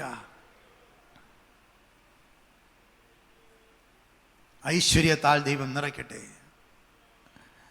വേദനയിലൂടെ കടന്നു പോകുന്ന സഹോദര സഹോദരി, അയ്യോ എൻ്റെ ഐശ്വര്യം പോയല്ലോ, എന്തിന് ഞാൻ ജീവിക്കണം എന്ന് ചിന്തിച്ച് ഭാരപ്പെടുന്ന മകനെ മകളെ, എൻ്റെ തല എണ്ണ കൊണ്ട് അഭിഷേകം ചെയ്യുന്നുവെന്ന് പറ. ഇന്ന് മടങ്ങിപ്പോകുമ്പോൾ ദൈവത്തിന് സ്തോത്രം ചെയ്തുകൊണ്ട് പോ. ഈ ലോകമെല്ലാം എതിരായി നിന്നാലും കർത്താവിനെ അഭിഷേകം ചെയ്യുമെന്ന് ഉറക്കെ പിടിക്ക്. നിരാശപ്പെട്ട് പോകാതെ ധൈര്യത്തോടെ ജീവിക്ക്. യേശു എനിക്കുണ്ടെന്ന് പറ. സ്തോത്രം. ഒരു കാര്യം കൂടെ പറഞ്ഞ് അവസാനിപ്പിക്കട്ടെ. 5-ാമത് എണ്ണ കാണിക്കുന്നത് സങ്കീർത്തനം 113-ാം സങ്കീർത്തനം അതിൻ്റെ 3-ാം വാക്യം വായിച്ചു നോക്കുക. സങ്കീർത്തനം 133, 13 അല്ല, 133, 1 മുതൽ 3 വരെയുള്ള വാക്യങ്ങൾ. അവിടെ പറയും, ഇതാ സഹോദരി സഹോദരന്മാർ ഒത്തൊരുമിച്ച് വസിക്കുന്നത് എത്ര ശുഭവും എത്ര മനോഹരവുമാണ്. അത് വസ്ത്രത്തിൻ്റെ വിളിമ്പിലേക്ക് നീണ്ടുകിടക്കുന്ന താടിയിലേക്ക്, അഹരോൻ്റെ താടിയിലേക്ക് തന്നെ ഒഴുകുന്നതായി അവൻ്റെ തലയിലെ വിശേഷ തൈലം പോലെയാണ്. സഹോദരി സഹോദരന്മാരുടെ ഐക്യത്തിൻ്റെ അടയാളമായിട്ട്, ആതിഥേയ മര്യാദയുടെ അടയാളമായിട്ട് എണ്ണയെ കാണിക്കുകയാണ്. ആരെങ്കിലും എണ്ണ കൊണ്ട് അഭിഷേകം ചെയ്യുന്നത് ബൈബിളിലെ ആതിഥേയത്വത്തിൻ്റെ ഒരു സാധാരണ അടയാളമായിരുന്നു. പ്രത്യേകിച്ച് അതിഥികൾ വരുമ്പോൾ അവരുടെ കാല് കഴുകുക, അവരുടെ കാലിൽ എണ്ണ പൂശുക, തലയിൽ എണ്ണ പൂശുക, ഇതൊക്കെ അവരുടെ ഒരു രീതിയായിരുന്നു. ലൂക്കോസ് സുവിശേഷം 7:46 നമുക്കറിയാം, യേശുവിൻ്റെ തലയിൽ തൈലം പൂശുന്നതിനുള്ള ഒരു കാര്യം അവിടെ എഴുതിയിരിക്കുന്നു. യേശു ചോദിക്കുകയാണ് ശീമോനോട്, ശീമോനെ ശീമോനെ, നീ എൻ്റെ തലയിൽ എണ്ണ പൂശിയില്ല, എന്നാൽ അവൾ എൻ്റെ കാലിൽ സുഗന്ധ തൈലം ഒഴിച്ചു. അതിഥിയെ ബഹുമാനിക്കാനും സ്വാഗതം ചെയ്യാനും അന്ന് എണ്ണ ഉപയോഗിച്ചിരുന്നു. എണ്ണ കാണിക്കുന്നത് സഹോദര സ്നേഹത്തെയാണ്, ഐക്യത്തെയാണ്, പരസ്പര ധാരണയാണ്, അനുരഞ്ജനമാണ്. എണ്ണ കൊണ്ട് അഭിഷേകം ചെയ്യുന്നു എന്ന് പറയുമ്പോൾ അതിന് കൊടുത്തിരിക്കുന്ന അർത്ഥം ഇങ്ങനെയും കൂടെ ഉണ്ട്. നമ്മുടെ കുടുംബങ്ങളിൽ സ്നേഹം കൊണ്ട് ദൈവം അഭിഷേകം ചെയ്യട്ടെ, ഐക്യം കൊണ്ട് അഭിഷേകം ചെയ്യട്ടെ. യേശുവിൻ്റെ കൃപയാൽ കൃപയാൽ കൃപയാൽ എത്രയോ തകർന്ന കുടുംബങ്ങളെ ഐക്യപ്പെടുത്താൻ ദൈവം എനിക്ക് കൃപ തന്നിട്ടുണ്ട്. എത്രയോ തകർന്നു പോയ ബന്ധങ്ങളെ അനുരഞ്ജനപ്പെടുത്താൻ ദൈവം എന്നെ സഹായിച്ചിട്ടുണ്ട്. എത്രയോ തകർന്ന കുടുംബങ്ങൾ ഡൈവേഴ്സ് ചെയ്യാനായിട്ട്, വിവാഹമോചനം വാങ്ങാനായിട്ട് ഒരു വിദേശ രാജ്യത്തിൽ നിന്നൊരു കുടുംബം ഇവിടെ വന്നു, ഭാര്യയും ഭർത്താവും കൂടെ. വിവാഹമോചനം, വേറെ ഒരു വഴിയുമില്ല. ഇവിടെ വന്നതിൻ്റെ നിയമ നടപടികളെല്ലാം പൂർത്തീകരിച്ച് അവർക്ക് തിരിച്ചു പോകണം. ഇവിടെ വന്നു, ആരോ പറഞ്ഞു കൊടുത്തു, ആ സ്ത്രീയോട് ആരോ പറഞ്ഞു, ഇങ്ങനെ ഒരാളുണ്ട്, പോയി കാണണമെന്ന്. അതെങ്ങനെ പറഞ്ഞു എന്ന് ചോദിച്ചാൽ, അവർ പട്ടത്ത് ജീസസ് കോൾസ് ഓഫീസിൽ പ്രാർത്ഥിക്കാൻ പോയി. അവർ പ്രാർത്ഥിച്ച് വിട്ടിട്ട് അവിടെ പ്രാർത്ഥിക്കാനിരുന്ന ആരോ, എനിക്കറിഞ്ഞൂടാരെന്ന് പറഞ്ഞു, ശരി ഞങ്ങൾ പ്രാർത്ഥിച്ച് വിട്ടു, പക്ഷെ തൊട്ടപ്പുറത്ത് നന്ദങ്കോട് ഒരാൾ താമസമുണ്ട്, അദ്ദേഹത്തെ കൂടെ ഒന്ന് കണ്ടിട്ട് നിങ്ങൾ പോകണം, നല്ലതാ, ഇത് സംസാരിക്കുക, അദ്ദേഹത്തെ കണ്ടാൽ നല്ലതാണെന്ന് പറഞ്ഞു. കാണാൻ പ്രയാസമാണെന്നും കൂടെ പറഞ്ഞു. ഇവിടെ കാണുമോ എന്ന് അറിയത്തില്ല, എന്നാലും ഒന്ന് ശ്രമിച്ചു നോക്ക്. അങ്ങനെ അവർ അഡ്രസ്സ് കൊടുത്ത് തേടി പിടിച്ചവിടെ വന്നു. ഞാൻ ചോദിച്ചു, നിങ്ങൾ ആരാ? അപ്പം ജീസസ് കോൾസ് ഓഫീസിൽ നിന്ന് വിട്ടതാണ്. എനിക്ക് അതിശയം തോന്നി, അവിടെ ആരാ ജീസസ് കോൾസിൽ ഇരിക്കുന്നത്? അച്ഛനെ ഒന്ന് കണ്ട് സംസാരിച്ചിട്ട് പോകാൻ പറഞ്ഞു. എന്താ കാര്യമെന്ന് ചോദിച്ചു. ഭാര്യയും ഭർത്താവും കൂടെ പിരിയാൻ വേണ്ടി വന്നതാണ്, ലീഗലായിട്ട്. ഞാൻ സംസാരിച്ചു, ഒരു ദിവസം സംസാരിച്ചു, 2 ദിവസം സംസാരിച്ചു, 3-ാം ദിവസവും സംസാരിച്ചു. 4-ാം ദിവസം ഞാൻ പറഞ്ഞു, ഇനി നിങ്ങൾ ഇങ്ങോട്ട് വരണ്ട, നിങ്ങളുടെ വീട്ടിൽ ഞാൻ വന്ന് നിങ്ങളെ പിരിക്കാം, നിങ്ങളുടെ വീട്ടിലോട്ട് ഞാൻ വരാം ഇന്ന ദിവസം. ഒരു ദിവസം കൊടുത്തു. ആ ദിവസം ഞാൻ അവരെ വീട്ടിൽ പോയി. വീട്ടിൽ ചെന്ന് അവരെനിക്ക് ചായ തന്നു. പിരിയാൻ വേണ്ടി ഇരിക്കുകയാണ്. ഞാൻ ചോദിച്ചു, എന്നാ ഒപ്പിടുന്നത്? രണ്ടുപേരും കൂടെ പറയാ, ഇല്ല അച്ഛാ, ഞങ്ങൾ ഒരുമിച്ച് തിരിച്ചു പോകുന്നു. സ്തോത്രം. എനിക്കറിയാം അവരൊരുമിച്ച് പോകുമെന്ന്. Praise the Lord. ഹല്ലേലൂയ. എത്രയോ ബന്ധങ്ങൾ. ഒരാൾ വിവാഹമോചനം കഴിഞ്ഞ് 14 വർഷം കഴിഞ്ഞ്, വിവാഹമോചനം കഴിഞ്ഞ് 14 വർഷം കഴിഞ്ഞ്, ഇപ്പോൾ കൊച്ചു വളരെ വലുതായി, മോൻ. ഇപ്പം അവർക്കൊരാഗ്രഹം ഒരുമിച്ച് ചേരണമെന്ന്. ലീഗലായിട്ട് വിവാഹമോചനം കഴിഞ്ഞു. എവിടെയോ ഉള്ളവർ, ഇവിടെ ഒന്നും ഉള്ളവരല്ല, ഏതോ ജില്ലയിൽ, തിരുവനന്തപുരത്ത് വന്ന് ഏതോ ഒരു അഡ്വക്കേറ്റിൻ്റെ അടുക്കെ പോയൊക്കെ സംസാരിച്ച് അവരെൻ്റെ അടുക്ക് വന്നു സംസാരിച്ചു. പിരിഞ്ഞവരാണ്, പിരിഞ്ഞു പോയി.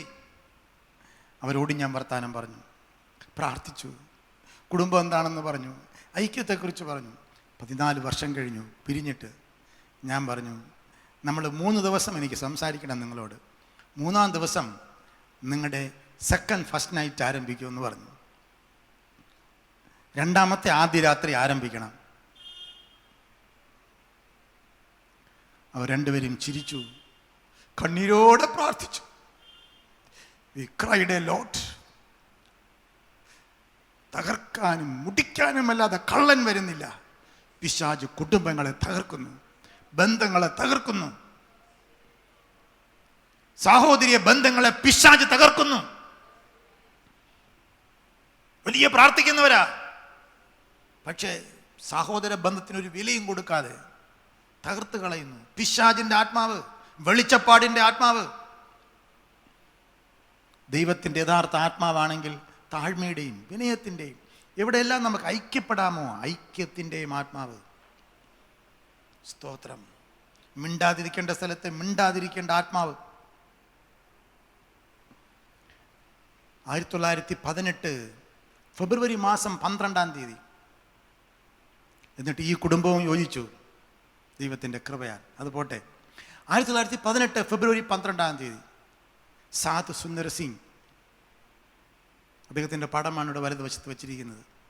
സാധു സുന്ദർ സിംഗ് ഹോളാണ് ഈ ഹോള്.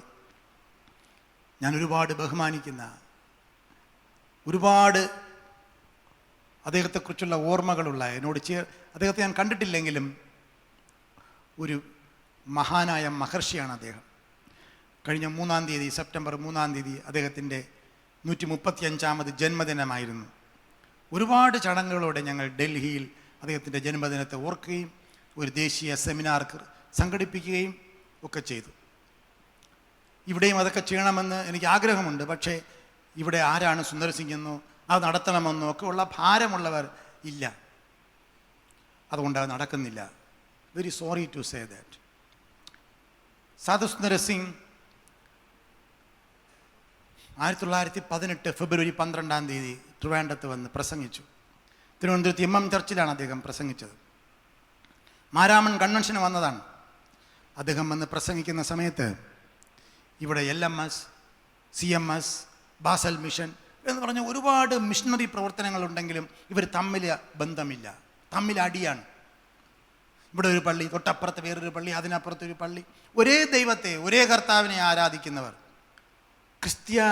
ക്രിസ്ത്യാനി അല്ലാതിരുന്ന, ക്രിസ്ത്യാനിയെ വെറുത്തിരുന്ന, പുതിയ നിയമം ചുട്ടുകളഞ്ഞ ഒരു പാരമ്പര്യത്തിൽ നിന്ന് വന്ന സിഖ് മതക്കാരനായ ഈ സന്യാസിക്ക് ഇതൊട്ടും സഹിച്ചില്ല. അദ്ദേഹം ഒരു പ്രസംഗം നടത്തി തിരുവനന്തപുരത്ത്. ആ പ്രസംഗത്തിൻ്റെ ടൈറ്റിൽ ഇതായിരുന്നു, ഡിവിഷൻ ഈസ് സിൻ. വിഭാഗീയത പാപമാണ്. ഇതായിരുന്നു പ്രസംഗ വിഷയം. അദ്ദേഹം പ്രസംഗിച്ചു, വിഭാഗീയത പാപമാണ്, നമ്മൾ മാറി നിൽക്കാൻ പാടില്ല. കണ്ണുനീരോടെ പ്രസംഗിച്ചു. അദ്ദേഹം കണ്ണുനീരിൻ്റെ ഒരു അപ്പോസ്തലനായിരുന്നു. He was a man of tears, apostle of bleeding feet എന്നാണ് അദ്ദേഹത്തെക്കുറിച്ച് പറയുന്നത്. രക്തം ചൊരിയുന്ന പാദങ്ങളുടെ അപ്പോസ്തലൻ എന്നാണ്. കണ്ണുനീരോടെ പ്രസംഗിച്ചു. പ്രസംഗമെല്ലാം കഴിഞ്ഞ് മനസ്സിൽ കുത്തുകൊണ്ട ഈ LMS, CMS, അന്ന് ഫോറിനേഴ്സാണ്, വിദേശികളാണ്, ഒരുമിച്ച് വന്നു സന്യാസിയെ കാണാൻ. ഞങ്ങൾ എന്ത് ചെയ്യണമെന്ന് ചോദിച്ചു. സന്യാസി പറഞ്ഞു, എന്തുകൊണ്ട് നമ്മൾ ഇരുന്ന് ഒരുമിച്ച് ചർച്ച ചെയ്യുന്നില്ല? നിങ്ങളുടെ പള്ളി, ആ പള്ളി, ഈ പള്ളി, ഇങ്ങനെ മാറി നിൽക്കാതെ നമുക്ക് ഒരുമിച്ച് നിൽക്കാം. അവർക്കൊരു ചിന്ത വന്നു, ശരിയാണ്. അങ്ങനെ 33 സഭാ നേതാക്കന്മാർ, അതിൽ 2 സായിപ്പന്മാർ, 31 ഇന്ത്യക്കാർ 1919 ട്രാങ്കോബാർ എന്ന സ്ഥലത്ത്, തരങ്കൻപാടി എന്ന സ്ഥലത്ത് ഒരുമിച്ച് കൂടിയിരുന്ന് ചർച്ച ചെയ്യാൻ തുടങ്ങി. അതാണ് CSI, church of south India എന്ന എക്യൂമെനിക്കൽ സഭയുടെ ആരംഭം. അത് കഴിഞ്ഞ് 1970 CNI എന്ന സഭ, ചർച്ച് ഓഫ് നോർത്ത് ഇന്ത്യ എന്ന രണ്ടാമത്തെ എക്യൂമെനിക്കൽ സഭയുണ്ടായി. സ്തോത്രം. അതിനെല്ലാറ്റിനും കാരണക്കാരൻ ഒരു മഹർഷിയുടെ കണ്ണുനീരാണ്. അദ്ദേഹം പറഞ്ഞു, ഡിവിഷൻ ഈസ് സിൻ. വിഭാഗീയതയാണ് ഏറ്റവും വലിയ പാപം. എൻ്റെ ഇപ്പോഴത്തെ മോഡറേറ്റർ BK നായക് തിരുമേനി, അദ്ദേഹമാണ് എന്നെ ഓർഡിനേഷൻ തന്നത്. അദ്ദേഹം എപ്പോഴും പറയുന്നൊരു കാര്യമാണ്, മഹായിടവക, ഞങ്ങൾ 28 ഡയസീസ് ഉണ്ട്, പല പ്രശ്നങ്ങളോട് ആൾക്കാർ വരും, എല്ലായിടത്തും പ്രശ്നങ്ങളാണ്. അങ്ങനെ ആയിരിക്കുമല്ലോ, കാരണം 22 സംസ്ഥാനങ്ങൾ, പല ഭാഷകൾ സംസാരിക്കുന്നവർ, പല ജനവിഭാഗങ്ങൾ, പല പീപ്പിൾ ഗ്രൂപ്പുകൾ, പ്രശ്നങ്ങളുണ്ട്, പ്രശ്നങ്ങളാണ് വരുന്നത്. അപ്പം അദ്ദേഹം എടുത്തിരിക്കുന്ന സ്റ്റാൻഡ് ഇതാണ്. ഒരാൾ ചെറിയ ചെറിയ കുറ്റങ്ങളൊക്കെ ചെയ്താലും, ഒരു പക്ഷേ പൈസ കാര്യത്തിൽ അവിശ്വസ്തത കാണിക്കുന്നവരുണ്ട്, മറ്റു ചില കാര്യത്തിൽ അവിശ്വസ്തത കാണിക്കുന്നവരുണ്ട്. ഞാനാണെങ്കിൽ അതൊന്നും ഒട്ടും സഹിക്കുന്ന ആളല്ല. അദ്ദേഹം എന്നോട് പറഞ്ഞു, അതിനേക്കാൾ വലുതാണ് പണകാര്യത്തിലോ മറ്റ് അധാർമികതയുടെ കാര്യത്തിലോ ഒക്കെ കാൾ വലുതാണ് ജനങ്ങളെ തമ്മിലടിപ്പിക്കുന്ന വിഭാഗീയത. എവിടെയൊക്കെ ഏതെങ്കിലും ഒരു അച്ഛൻ, ഒരു ബിഷപ്പ് ഡിവിഷൻ ഉണ്ടാക്കുമോ, അത് നമുക്ക് സഹിക്കാൻ പറ്റുന്നതല്ല. അതായിരിക്കണം നമ്മുടെ സ്റ്റാൻഡ്. ഇതാണ് മോഡറേറ്റർ പറഞ്ഞിരിക്കുന്ന ഒരു തീരുമാനം. എനിക്കത് ഇഷ്ടപ്പെട്ടു. കാരണം അദ്ദേഹം പറയുന്നത് സഭയുടെ ഏറ്റവും വലിയ പാപമെന്നത് വിഭാഗീയതയാണ്. കുടുംബങ്ങളുടെ ഏറ്റവും വലിയ തകർച്ചയ്ക്ക് കാരണം എന്താണ്? വിഭാഗീയതയാണ്. ഞാൻ സഹോദരിമാരോട് പറയാറുണ്ട്, ഇന്ന് വായിച്ച സങ്കീർത്തനം സദൃശവാക്യം 14:1 സാമർഥ്യമുള്ള സ്ത്രീ തൻ്റെ കുടുംബത്തെ, തൻ്റെ ഭവനത്തെ പണിയുന്നു, ഭോഷത്വമുള്ളവൾ സ്വന്തം കൈകൊണ്ട് പൊളിച്ചു കളയുന്നു.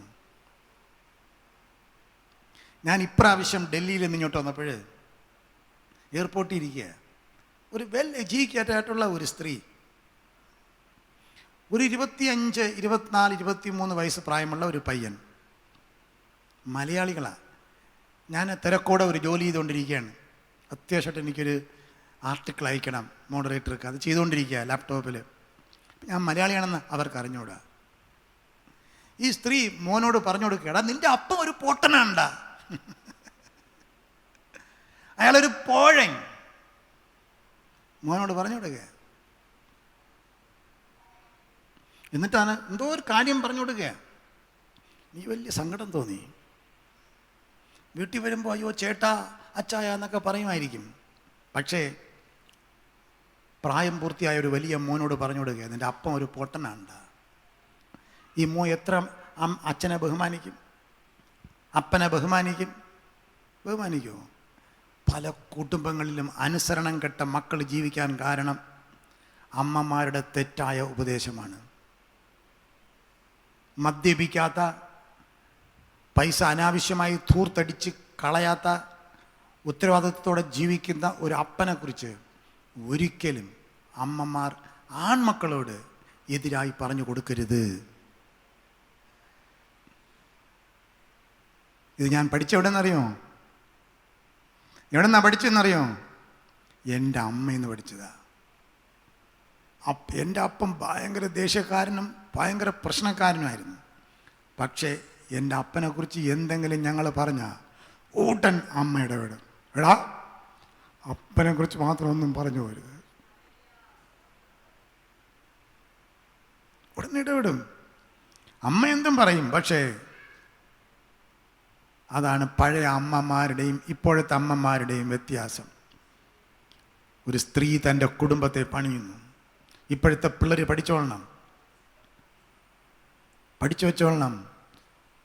മക്കള് അപ്പനെ അനുസരണയില്ലാതെ ജീവിക്കണമെങ്കിൽ അതിൻ്റെ പ്രധാന കാരണം അമ്മമാരാണ്.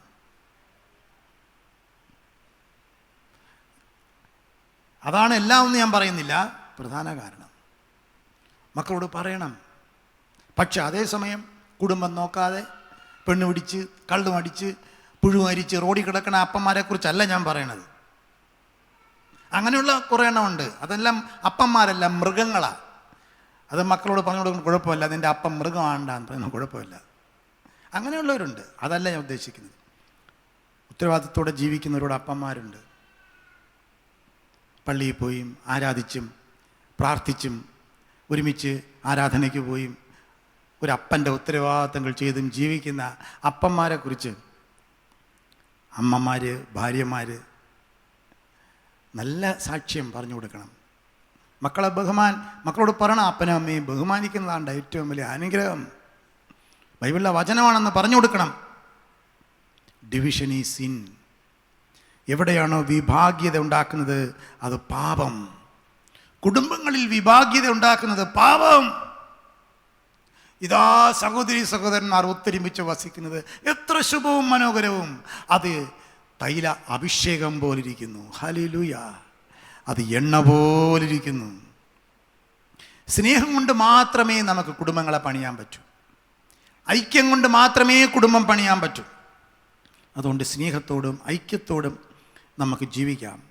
പ്രത്യേകിച്ച് ഈ ഓണക്കാലം നമ്മൾ ജീവിക്കുമ്പോൾ നമുക്കൊരു തീരുമാനം കൂടെ എടുക്കാം. നമ്മുടെ കുടുംബങ്ങളെല്ലാം സ്നേഹത്തിൽ വേരൂന്നിയ, ഐക്യത്തിൻ്റെ വേരൂന്നിയ കുടുംബങ്ങളായി തീരട്ടെ. എൻ്റെ തലയെ ദൈവം എണ്ണ കൊണ്ട് അഭിഷേകം ചെയ്യുന്നു.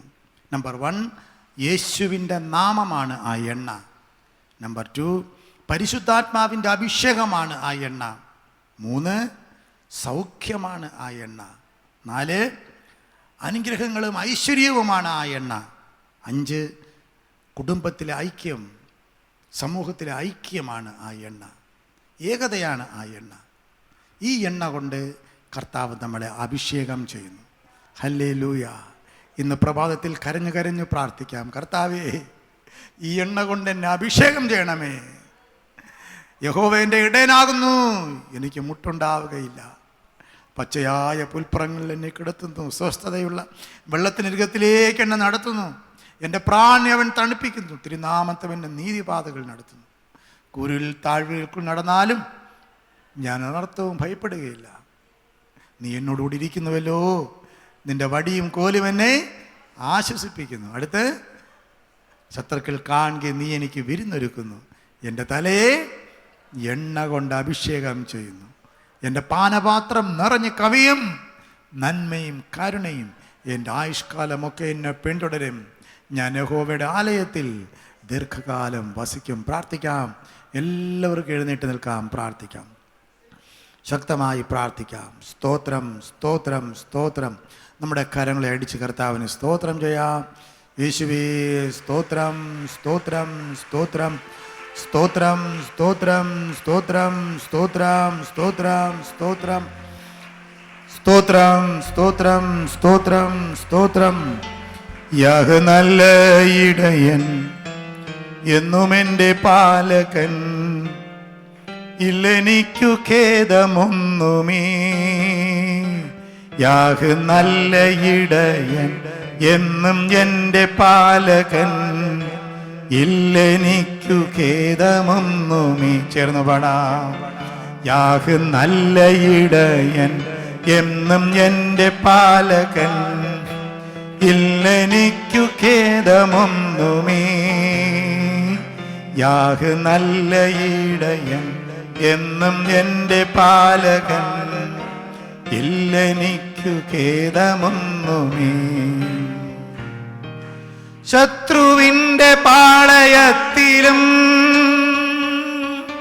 മൃഷ്ടഭോജ്യം ഏകിടുന്നവൻ, ശത്രുവിൻ്റെ പാളയത്തിലും മൃഷ്ടഭോജ്യം ഏകിടുന്നവൻ,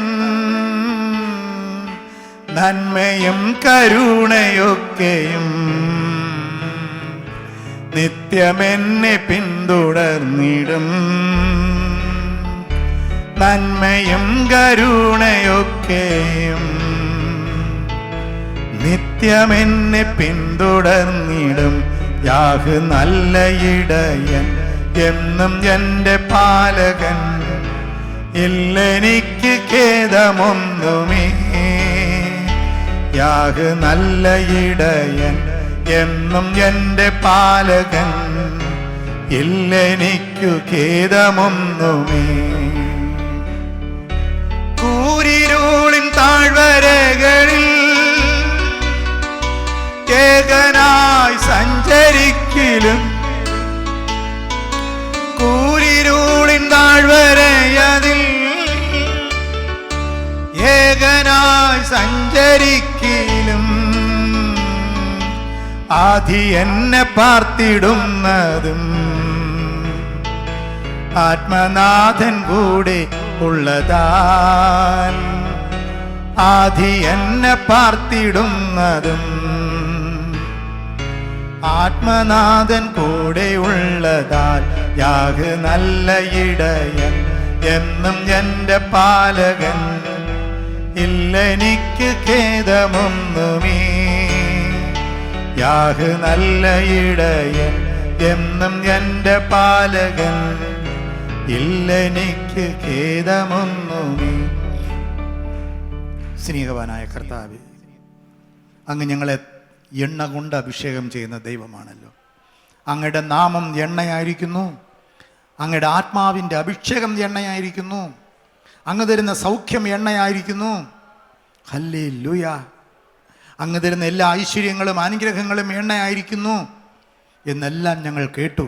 അതുപോലെ കർത്താവേ, അങ്ങ് തരുന്ന ഐക്യം, കുടുംബത്തിലെ ഏകത, സ്നേഹം, അതും എണ്ണ പോലിരിക്കുന്നു എന്ന് ഞങ്ങൾ കേട്ടു. കർത്താവേ, ഇന്നത്തെ പ്രഭാതത്തിൽ അങ്ങയുടെ മക്കളെ ഞാൻ പ്രാർത്ഥിച്ചയക്കുന്നു. സമാധാനത്തോടെ കടന്നു പോകട്ടെ. പാപ എല്ലാം ക്ഷമിക്കണമേ. ഞങ്ങളുടെ വിഭാഗ്യതകൾ ക്ഷമിക്കണമേ. ഞങ്ങളുടെ മാനസിക അകൽച്ചകൾ ക്ഷമിക്കണമേ. ഞങ്ങളുടെ ജീവിതത്തിൽ വന്നുപോയ കുറവുകളെല്ലാം പൊറുക്കണമേ എന്ന് വിനയമായി പ്രാർത്ഥിക്കുന്നു. ഇന്ന് പ്രാർത്ഥിച്ചുകൊണ്ടിരിക്കുന്ന ഓരോരുത്തരെയും യേശു ക്രിസ്തുവിൻ്റെ പരിശുദ്ധമായ രക്തത്താൽ കഴുകി ശുദ്ധീകരിക്കണമേ. ഒരു പുതിയ നാളുകൾ ഞങ്ങൾക്ക് തരണമെന്ന് പ്രാർത്ഥിക്കുന്നു. കുടുംബങ്ങളിൽ സമാധാനം വരട്ടെ, ഐക്യം വരട്ടെ, സ്നേഹം വരട്ടെ, വിഭാഗ്യതകൾ മാറണമേ. മുഖം വാടുന്ന അനുഭവങ്ങളല്ല, ദേഷ്യമല്ല, കോപങ്ങളല്ല, അകൽച്ചകളല്ല, സന്തോഷം കൊണ്ട് നിറയ്ക്കണമേ.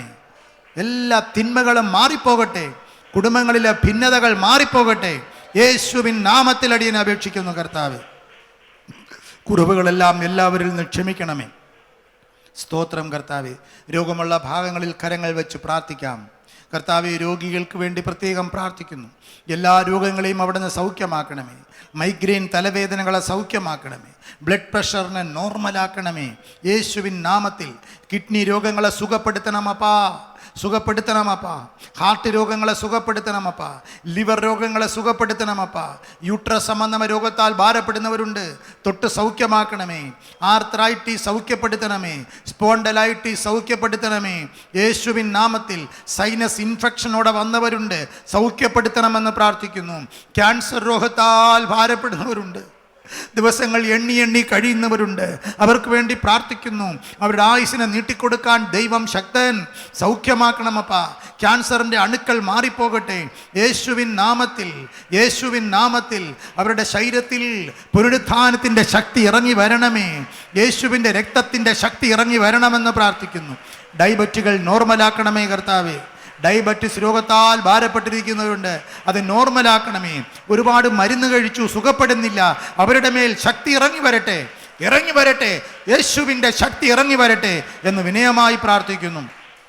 പലതരം ട്യൂമറുകളാൽ ഭാരപ്പെടുന്നവരുണ്ട് കർത്താവേ. മുഴകൾ, ട്യൂമറുകൾ, ശരീരത്തിൽ വരുന്ന വലിയ നീരുകൾ സൗഖ്യപ്പെടട്ടെന്ന് പ്രാർത്ഥിക്കുന്നു.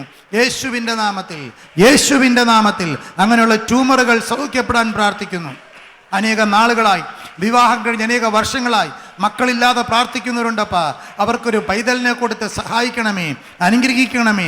യേശുവിൻ നാമത്തിൽ അടിയനവർക്ക് വേണ്ടി പ്രാർത്ഥിക്കുന്നു കർത്താവേ. പിശാചിൻ കെട്ടുപാടിൽ ഇരിക്കുന്നവരുണ്ട്, പിശാചിൻ കെട്ടുപാടുകൾ മാറിപ്പോകട്ടെ. ദുഷ്ട സ്വപ്നങ്ങൾ കണ്ട് ഭയപ്പെടുന്നവരുണ്ട്, മാറ്റിക്കൊടുക്കണമേ. ക്ഷുദ്രപ്രയോഗങ്ങളിൽ വലഞ്ഞിരിക്കുന്നവരുണ്ട്, യേശുവിൻ നാമത്തിൽ വിടുവിക്കണമേ. കഴിഞ്ഞ കുറേ നാളുകളായി നഷ്ടങ്ങൾ, ബിസിനസ്സിൽ നഷ്ടം, വാഹനത്തിൽ നഷ്ടം, വീട്ടിൽ നഷ്ടം, പുറത്തിറങ്ങുമ്പോൾ നഷ്ടം, അങ്ങനെ നഷ്ടപ്പെടുത്തുന്ന അന്ധകാര ശക്തിയെ യേശുവിൻ നാമത്തിൽ ഞാൻ ശാസിച്ച് പ്രാർത്ഥിക്കുന്നു. ആമേൻ. അവരുടെ നഷ്ടങ്ങൾ മാറിപ്പോകട്ടപ്പാ. കുടുംബങ്ങളിൽ തമ്മിലുള്ള ബന്ധങ്ങൾ, അകൽച്ചകൾ മാറിപ്പോകണമെന്ന് പ്രാർത്ഥിക്കുന്നു. മക്കൾക്ക് വേണ്ടി പ്രാർത്ഥിക്കുന്നുപ്പാ. മക്കൾക്ക് വേണ്ടി കരഞ്ഞിരിക്കുന്നവരുണ്ടപ്പാ. അവരെ അനുഗ്രഹിക്കണമേ. മക്കളുടെ വിദ്യാഭ്യാസങ്ങൾ അനുഗ്രഹിക്കണമേ. ഉയർച്ച കൊടുക്കണമേ. ഒരു ജോലിക്ക് വേണ്ടി പ്രാർത്ഥിക്കുന്നവരുണ്ടപ്പാ. ഉന്നതമായ ജോലി കൊടുക്കണമപ്പാ. നല്ല അഡ്മിഷന് വേണ്ടി പ്രാർത്ഥിക്കുന്നവരുണ്ടപ്പാ. നല്ല അഡ്മിഷൻ കൊടുക്കണമപ്പാ. മക്കൾ അനുസരിക്കുന്നില്ല, മക്കൾ പറയുന്നത് പോലെ കേൾക്കുന്നില്ല എന്ന് പ്രാർത്ഥിക്കുന്ന ഒരുപാട് പേരുണ്ട്. പൊന്നു തമ്പുരാനേ, മക്കളെ തൊടണമേ, അനുസരണയുടെ ആത്മാവിനെ കൊടുക്കണമേ. ഞങ്ങൾ എന്തെല്ലാം ചെയ്താലും യഹോവ വീട് പണിയാതിരുന്നാൽ പണിയുന്നവൻ വൃഥാ അധ്വാനിക്കുന്നു. യഹോവ പട്ടണം കാക്കാതിരുന്നാൽ കാവൽക്കാരൻ വൃഥാ ജാഗരിക്കുന്നു. ഞങ്ങളുടെ കുറവുകളെ ക്ഷമിച്ച് കുഞ്ഞുങ്ങളുടെ മേൽ വലിയ മാറ്റം കൊടുക്കണമേ എന്ന് വിനയമായി പ്രാർത്ഥിക്കുന്നു. അതുപോലെ കർത്താവേ, മക്കളുടെ വിവാഹത്തിന് വേണ്ടി പ്രാർത്ഥിക്കുന്നവരുണ്ടപ്പാ. അവർക്ക് വഴികൾ തുറന്നു കൊടുക്കണമേ. യേശുവിൻ നാമത്തിൽ അവർക്ക് യോഗ്യമായിട്ടുള്ള വിവാഹ പങ്കാളികൾ ലഭിച്ച് നല്ല വിവാഹം നടക്കാൻ ദൈവം അവർക്ക് കൃപ കൊടുക്കണമെന്ന് പ്രാർത്ഥിക്കുന്നു. ഒരു ജോലിക്ക് വേണ്ടി പ്രാർത്ഥിക്കുന്നവരുണ്ട്, അത്ഭുതകരമായിട്ട് അവർക്ക് ജോലി നൽകണമെന്ന് പരീക്ഷിക്കുന്നു കർത്താവേ. ട്രാൻസ്ഫറിന് വേണ്ടി പ്രാർത്ഥിക്കുന്നവരുണ്ട്, അങ്ങ് സഹായിക്കണമേ. ജോലി സ്ഥലത്ത് അനാവശ്യമായ സ്ട്രെസ്സോടെ ജീവിക്കുന്നവരുണ്ട്, സ്ട്രെസ്സുകൾ മാറ്റിക്കൊടുക്കണമേ കർത്താവേ. വ്യവഹാരങ്ങൾ, കോടതി കേസുകളിൽ വലഞ്ഞിരിക്കുന്നവരുണ്ട്, കേസുകളിൽ ഞങ്ങളുടെ മക്കളെ വിടുവിക്കണമെന്ന് പ്രാർത്ഥിക്കുന്നു. വീടിന് വേണ്ടി പ്രാർത്ഥിക്കുന്നവരുണ്ടപ്പാ. ലോൺ എടുത്ത് തകർന്നിരിക്കുന്നവരുണ്ടപ്പാ. അവരുടെ ലോണുകളുടെ തകർച്ചകളെ മാറ്റണമേ. യേശുവിൻ നാമത്തിൽ കുടുംബ പ്രശ്നങ്ങളിൽ നിന്ന് വിടുവിക്കണമെന്ന് പ്രാർത്ഥിക്കുന്നു. തെറ്റിദ്ധാരണകൾ, വീട്ടിലെ സംശയങ്ങൾ, സംശയ രോഗങ്ങൾ മാറ്റിക്കൊടുക്കണമെന്ന് അപേക്ഷിക്കുന്നു. തെറ്റിദ്ധാരണകൾ മാറ്റിക്കൊടുക്കണമേ. സാമ്പത്തികമായ വലിയ തകർച്ചയിൽ ജീവിക്കുന്നവരുണ്ടപ്പാ. വലിയ തകർച്ചയിൽ ഇനി എങ്ങനെ മുമ്പിലോട്ട് പോകുമെന്ന് കഴിഞ്ഞ് ജീവിക്കുന്നവരുണ്ട്. അവർക്ക് സമാധാനത്തെ കൊടുക്കണമേ. ആത്മീയ വളർച്ചയ്ക്ക് വേണ്ടി പ്രാർത്ഥിക്കുന്നവരുണ്ട്, പരിശുദ്ധാത്മാവിൻ്റെ അഭിഷേകത്തിന് വേണ്ടി പ്രാർത്ഥിക്കുന്നവരുണ്ട്, കൃപാവരങ്ങൾക്ക് വേണ്ടി പ്രാർത്ഥിക്കുന്നവരുണ്ട്. ദൈവവേലക്കാരെ കൃപാവരങ്ങളാൽ നിറയ്ക്കണമേ. ഹല്ലേലൂയ. ആത്മാവിൻ്റെ കൃപാവരങ്ങളാൽ നിറയ്ക്കണമേ. ജ്ഞാനത്തിൻ്റെ വചനം, പരിജ്ഞാനത്തിൻ്റെ വചനം, ആത്മാക്കളുടെ വിവേചനം, പ്രവചനവരം, ഭാഷാവരം, വ്യാഖ്യാനവരം, വിശ്വാസമെന്ന വരം, വീര്യപ്രവൃത്തികളുടെ വരം, രോഗശാന്തികളുടെ വരം, പരിപാലന വരം, സഹായം ചെയ്യാനുള്ള വരം തുടങ്ങിയ സകല കൃപാവരങ്ങളാലും അങ്ങയുടെ മക്കളെ നിറയ്ക്കണമേ. ആത്മാവിൻ്റെ ഫലത്താൽ നിറയ്ക്കണമപ്പാ. സ്നേഹം, സന്തോഷം, സമാധാനം, ദീർഘക്ഷമ, പരോപകാരം, വിശ്വസ്തത, ദയ, സൗമ്യത, ഇന്ദ്രിയം തുടങ്ങിയ ആത്മാവിൻ്റെ ഫലത്താൽ അങ്ങയുടെ മക്കളെ നിറയ്ക്കണമപ്പാ. നരിയാണിയോളമല്ല, മുട്ടോളമല്ല, അരയോളമല്ല, നീന്തിയിട്ടല്ലാതെ കിടക്കാൻ പറ്റാത്ത അവസ്ഥയിൽ അങ്ങയുടെ മക്കളെ നിറയ്ക്കണമപ്പാ. ഞങ്ങൾ ഖത്തറിൽ ജോലി ചെയ്തിരുന്ന സഹോദരന്റെ അനുഭവം കേട്ടല്ലോ, അതുപോലെ നിറയ്ക്കണമേ, നിറയ്ക്കണമേ, നിറയ്ക്കണമേ. ഭവനങ്ങളിൽ പോകുമ്പോൾ ജനങ്ങൾ ആത്മാഭിഷേകം പ്രാപിക്കട്ടെ, കുടുംബങ്ങളിൽ ആത്മാഭിഷേകം പ്രാപിക്കട്ടെ, ഉറങ്ങിക്കിടക്കുമ്പോൾ ആത്മാഭിഷേകം പ്രാപിക്കട്ടെ, പ്രാർത്ഥിക്കുമ്പോൾ ആത്മാഭിഷേകം പ്രാപിക്കട്ടെ, സഭകളിൽ ആത്മാഭിഷേകം പ്രാപിക്കട്ടെ, പള്ളികളിൽ ആത്മാഭിഷേകം ഇറങ്ങി വരട്ടെ. ആമേൻ. പള്ളികളിൽ ആരാധന നടക്കുമ്പോൾ ദൈവത്തിന്റെ അഭിഷേകം ഇറങ്ങി വരണമേ. പെന്തക്കോസ്ത് നാളിൽ കൂടിയിരിക്കുമ്പോൾ തന്നെ ആത്മാഭിഷേകം വന്നല്ലോ, അതുപോലുള്ള അനുഭവങ്ങൾ അവിടെ ഉണ്ടാകട്ടെ. തീ പോലെ ഇറങ്ങണമേ. യേശുവിൻ നാമത്തിൽ, യേശുവിൻ നാമത്തിൽ, യേശുവിൻ നാമത്തിൽ ഞങ്ങൾ പ്രാർത്ഥിക്കുന്നു ദൈവമേ. യേശുവേ, അങ്ങയുടെ വരവിന് വേണ്ടി സഭയെ ഒരുക്കണമേ, സഭയെ ഒരുക്കണമേ. സഭാ വ്യത്യാസമില്ലാതെ സഭകളെ ഒരുക്കണമേ, സംഘടനകളെ ഒരുക്കണമേ, മിഷണറി വേലകളെ ഒരുക്കണമേ. ഹല്ലേലൂയ. സത്യത്തിന്റെ ആത്മാവ് വരണമേ, സത്യത്തിന്റെ ആത്മാവ് വരണമേ എന്ന് പ്രാർത്ഥിക്കുന്നു. സ്തോത്രം, സ്തോത്രം, സ്തോത്രം. ദൈവവേല ചെയ്യുന്നവരുണ്ടപ്പാ, ദൈവവേലക്കാർക്ക് വേണ്ടി ഞങ്ങൾ പ്രാർത്ഥിക്കുന്നു. അവർ എഴുന്നേറ്റ് നിൽക്കുമ്പോൾ ദൈവശക്തി ഇറങ്ങട്ടെ, അവർ പ്രാർത്ഥിക്കുമ്പോൾ അത്ഭുതങ്ങൾ നടക്കട്ടെ, അവർ പ്രാർത്ഥിക്കുമ്പോൾ രോഗികൾ സുഖപ്പെടട്ടെ, അവർ പ്രാർത്ഥിക്കുമ്പോൾ ഭൂതങ്ങൾ അലറി വിളിച്ച് പുറത്തേക്ക് പോകട്ടെ, അവർ പ്രാർത്ഥിക്കുമ്പോൾ ഇതുവരെയും പരിഹരിക്കപ്പെടാത്ത വിഷയങ്ങൾ പരിഹരിക്കപ്പെടട്ടെ, പരിഹരിക്കപ്പെടട്ടെ. അഭിഷേകം നുകത്തെ തകർക്കുന്നല്ലോ, അഭിഷേകം നുകത്തെ തകർക്കട്ടപ്പ. അങ്ങയുടെ മക്കൾ എഴുന്നേറ്റ് നിൽക്കുമ്പോൾ തന്നെ ദൈവ സാന്നിധ്യം അവിടെ ഇറങ്ങി വരാൻ പ്രാർത്ഥിക്കുന്നു. സ്തോത്രം. വെളിപ്പാടുകൾ ലഭിക്കട്ടെന്ന് പ്രാർത്ഥിക്കുന്നു. മറഞ്ഞിരിക്കുന്നതെല്ലാം വെളിപ്പെട്ട് വരട്ടെന്ന് പ്രാർത്ഥിക്കുന്നു. കുടുംബങ്ങളിൽ ദൈവ സാന്നിധ്യം വരട്ടെ കർത്താവേ. ഈ ഓൺലൈനിൽ കൂടെ ദൈവവചനം കേട്ട് പ്രാർത്ഥിക്കുന്നവരുണ്ട്, അവർക്ക് വേണ്ടി എല്ലാം ഞങ്ങൾ പ്രാർത്ഥിക്കുന്നു.